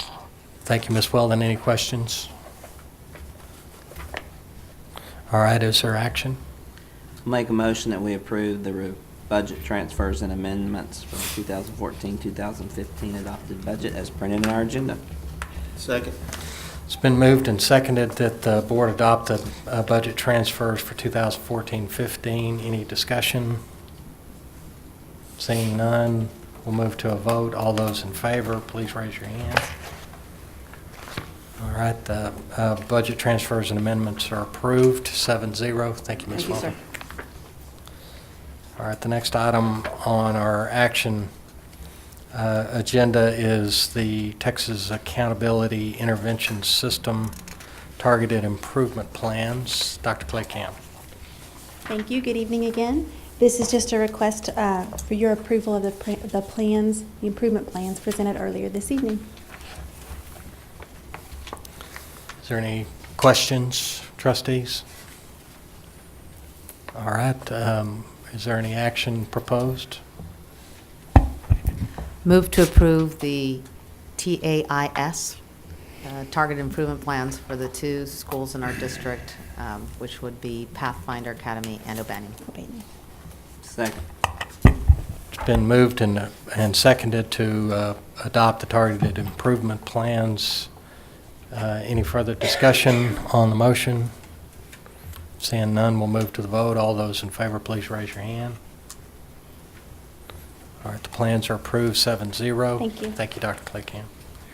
All right, the next item on our agenda is second reading of local policy CFC for it's the internal audit charter. We've heard this item once before, and it is now up for second reading. Mr. Martin, do you have any further presentation, or are you just here for further questions? Just questions. All right. Trustees, any further questions with regard to the charter policy CFC as proposed? Mr. Glick. Thank you, sir. Earlier this evening, I had contacted Mr. Lambert and asked him to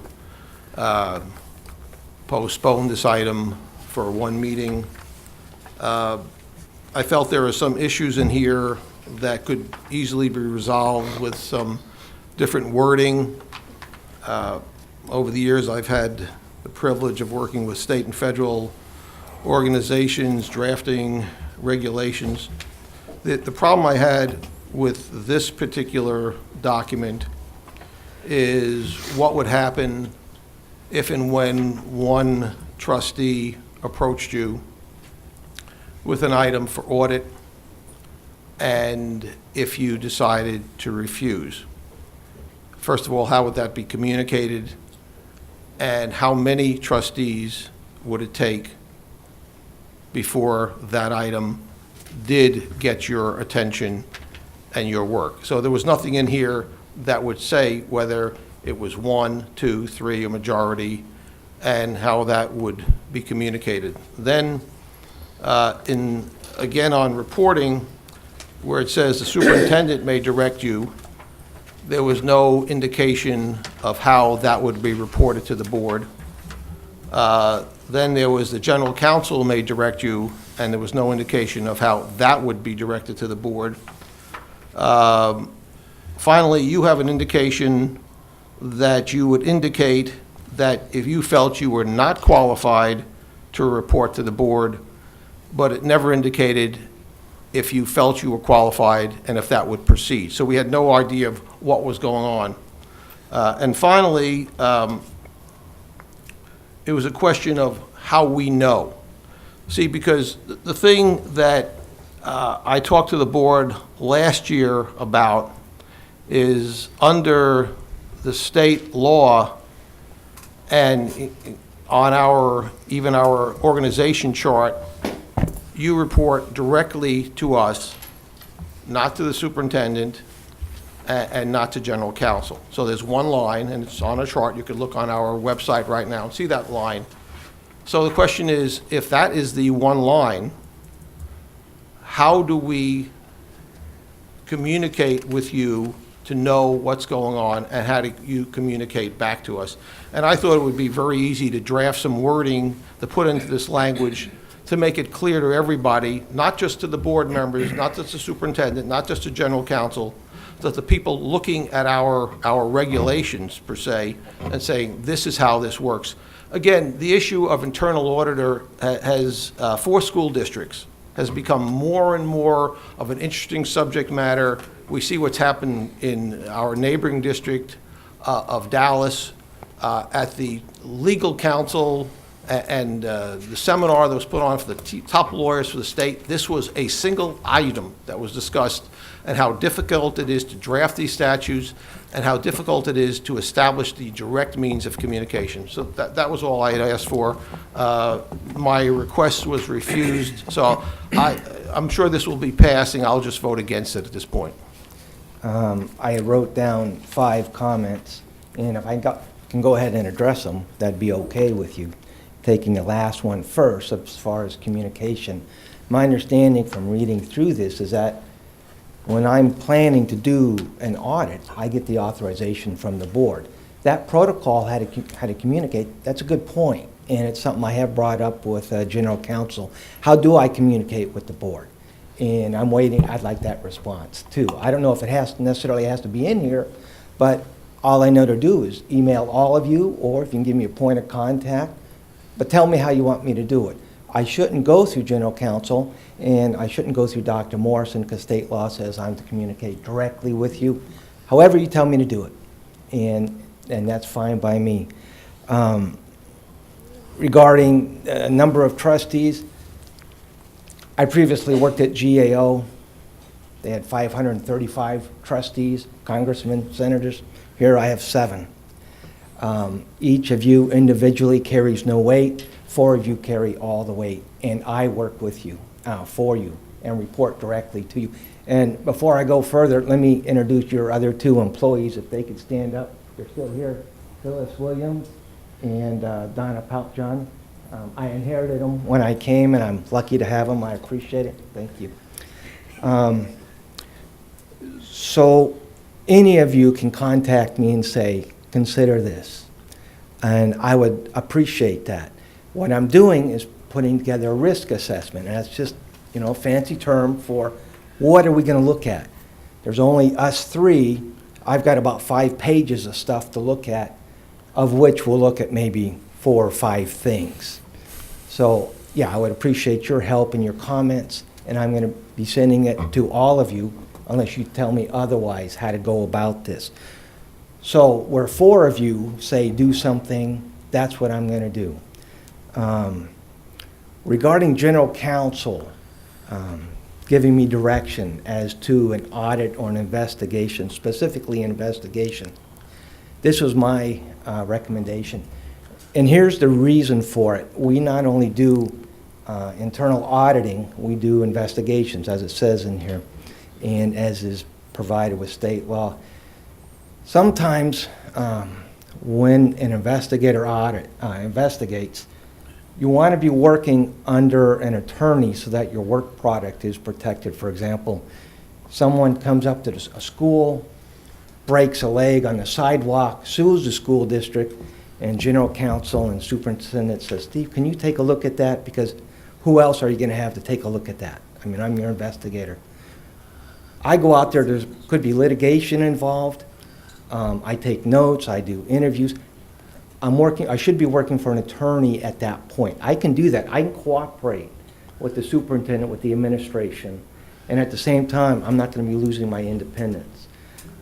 If all I ever did was work specifically for the superintendent and general counsel, that could be another issue. But from time to time, I should not bring liability upon the school district. I work for the school district. So in those certain situations, I should have that coverage of an attorney. On the other hand, we're doing an audit and I see that there's fraud committed, I'll go off and do that investigation on my own, and I'm completely separate from the superintendent and general counsel. So that covers number 2 and number 3. When I start an audit, I'll let you know.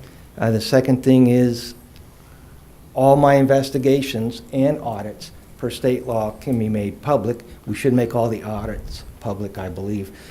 And my plan is to give you the audit at one meeting, and the next meeting you can say, don't post it or don't make it available.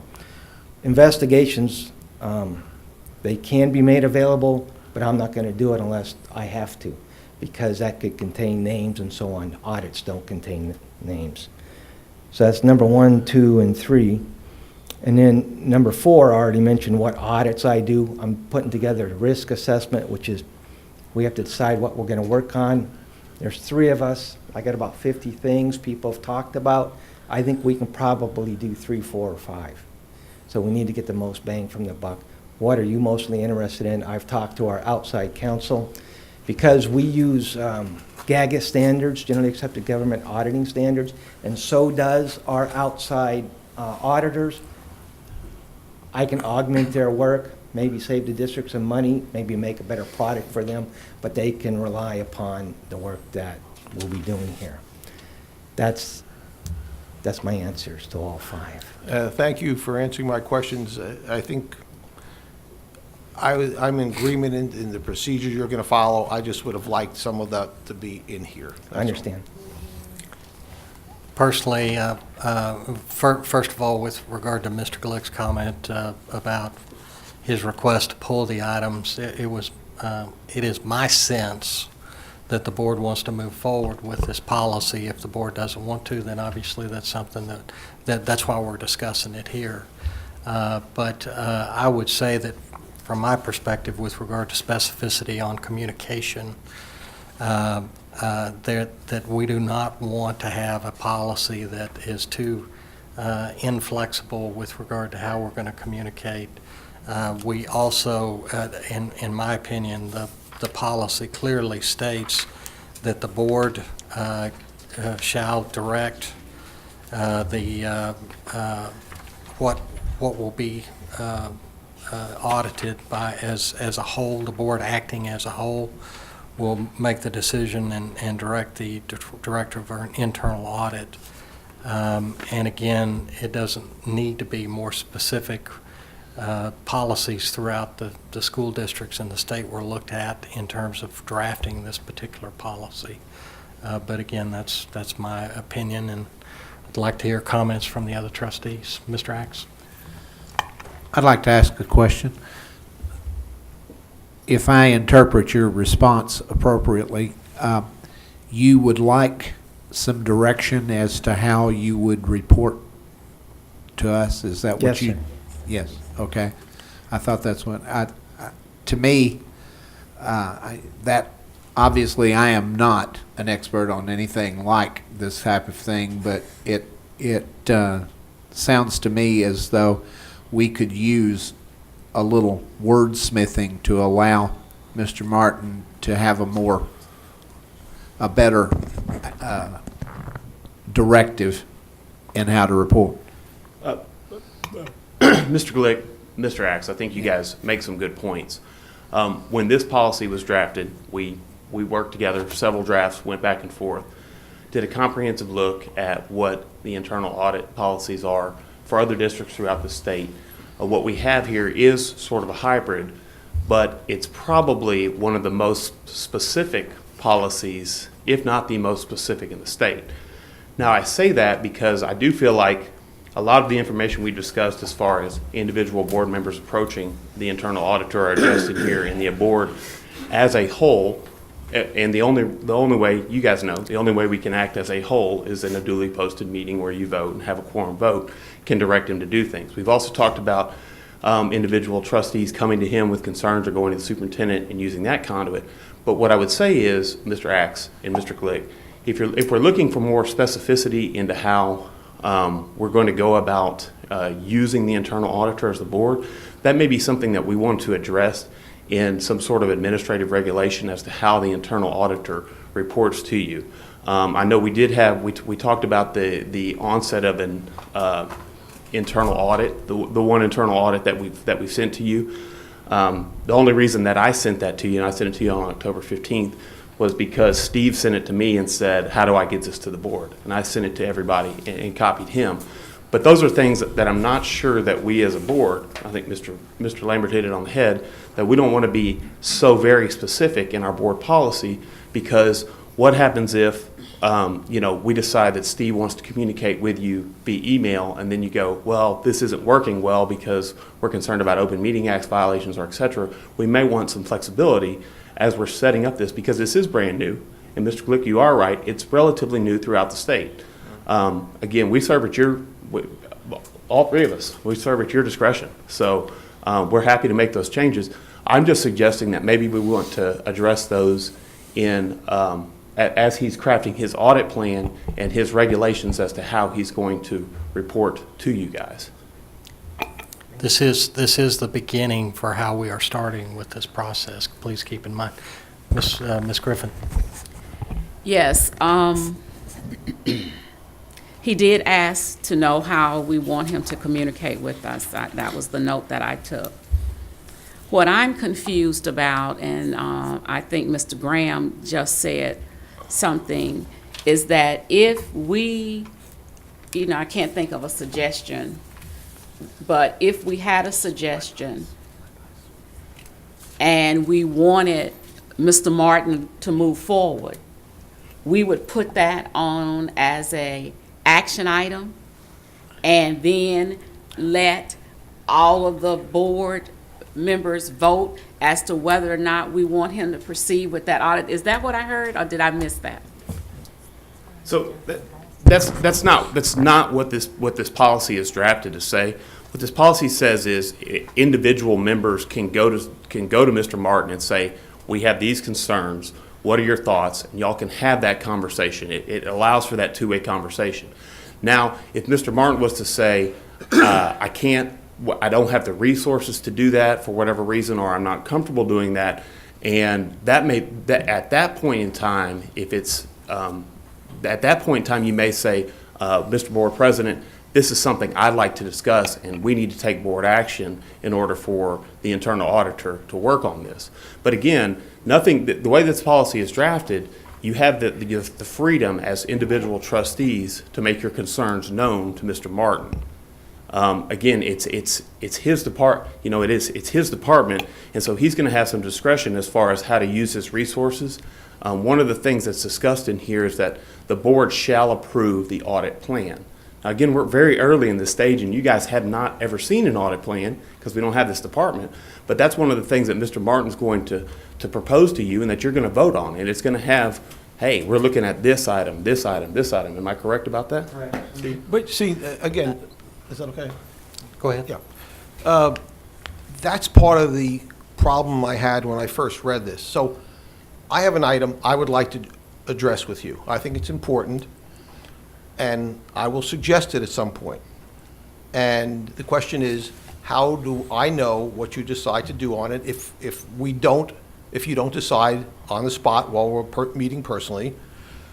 In the same vein, if either general counsel or the superintendent suggests something to you and you decide to accept their ideas or board members, how does that get, and I think that's what you're saying, you don't know how to communicate.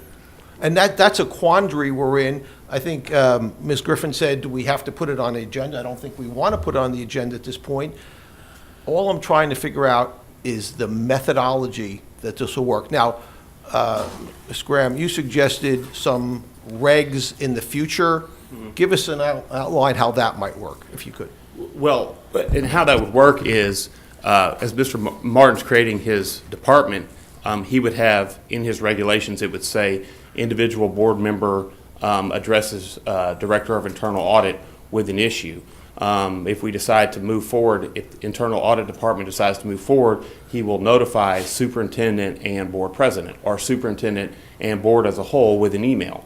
I mean, and those are things that we're talking about, sort of the day-to-day workings of the department, which I think is important for us to all talk about and understand. But again, some of that stuff is, I think, more akin to the day-to-day workings and the regulations that Mr. Martin's going to have an opportunity to craft himself because he's setting up the department. Okay.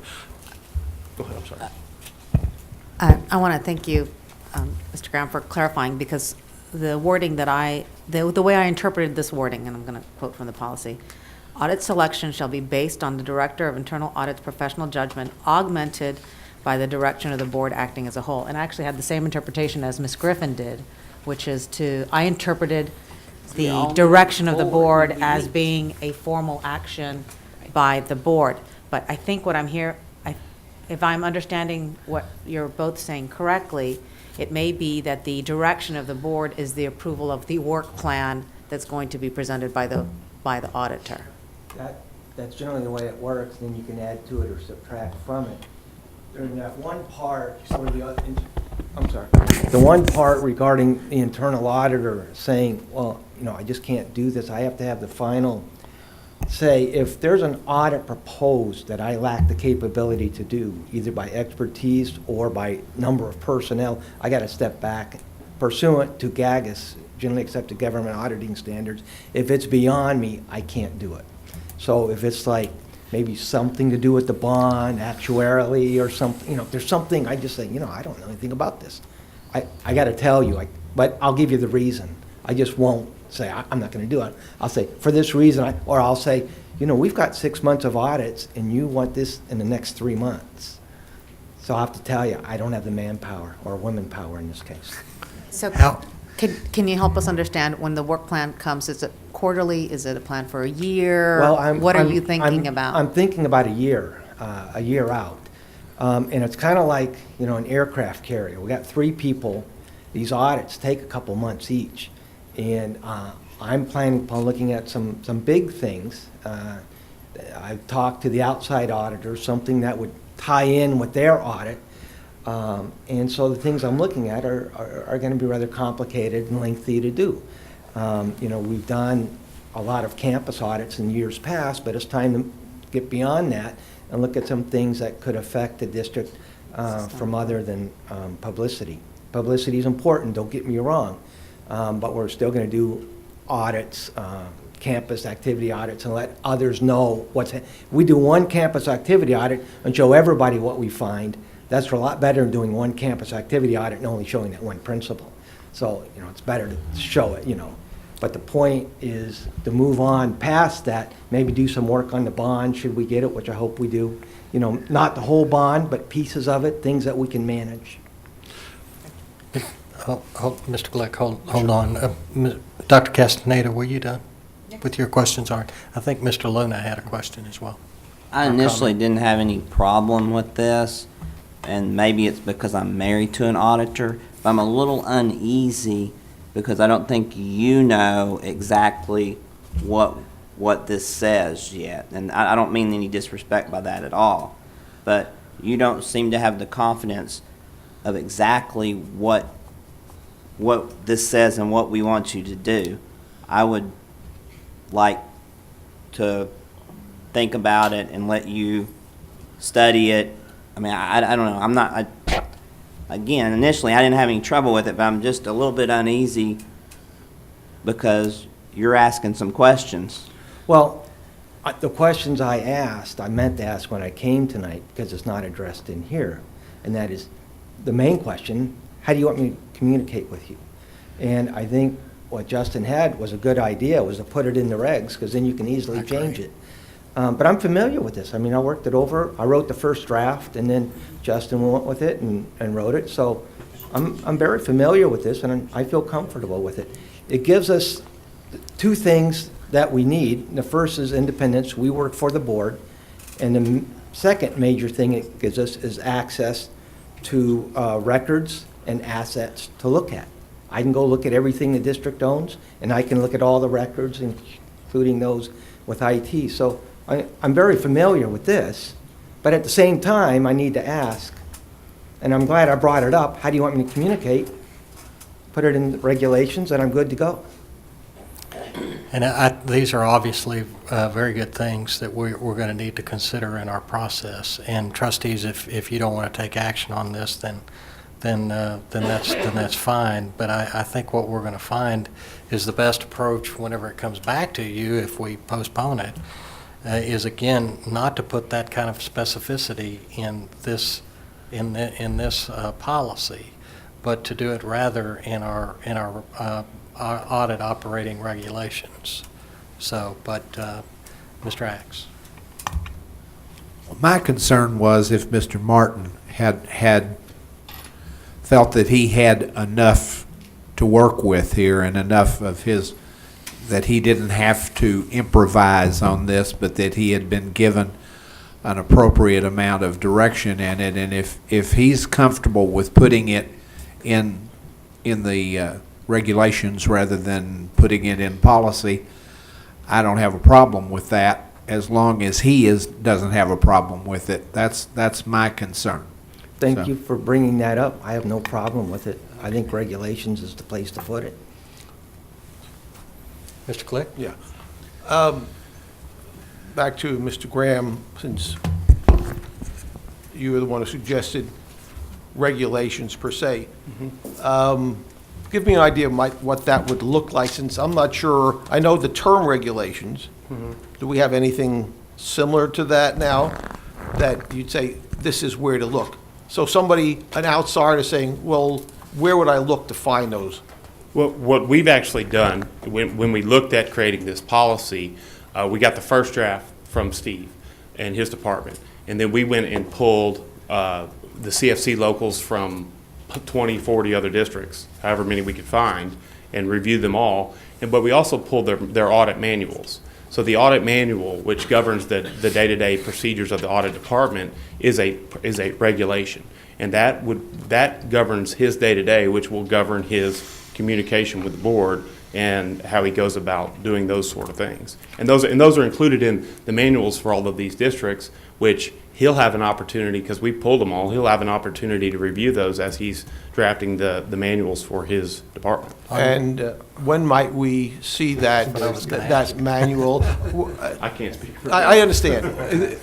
I would hope it would be sooner than later. I have the manual written already, and we're already operating by it. I will add to it a proposal of how to communicate with the board, but it's done. Okay. Any further questions, trustees?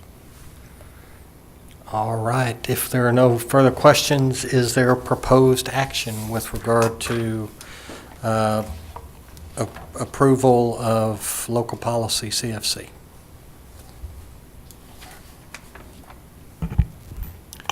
I move approval of CFC as it's written in our agenda. Is there a second? I second. It's been moved and seconded that the proposed local policy CFC be approved. Is there further discussion on the motion? Seeing none, we'll move to the vote. All those in favor of the motion, please raise your hand. Okay, the item passes 4-3. No, I'm going to abstain. Oh, okay. 4. Call for the nays. Are there any nays? Anyone? Are there any nays? Okay, there's one nay. Okay, so then it passes 4 yay, 1 nay, and it appears 2 abstain. I voted yes. If you want more. Why don't you? All right, let's try this one more time. Maybe I missed it. All those in favor, please raise your hand. Okay, 1, 2, 3, 5. Okay, 5 then. All right. And there's 1 nay and 1 abstain. I believe I've got that right. Did I get that, trustee? All right, I'm glad I can do math. Okay. Thank you. Thank you. Thank you, Mr. Martin. I appreciate it. Mr. Graham, thank you for your further information on the item as well.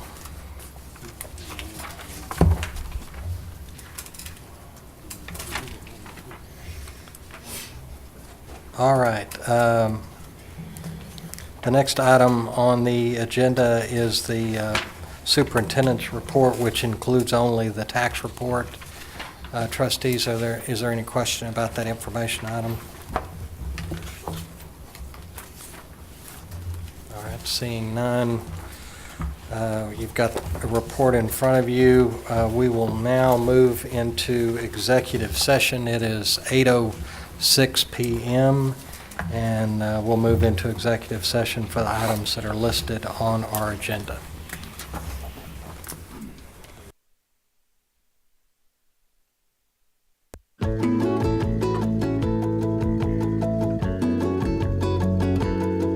All right, it is 9:02. We have returned from executive session, and I certify that the matters discussed in closed session were only those stated in our agenda. Is there any further action? I don't think we have on our agenda, so is there a motion to adjourn? So moved.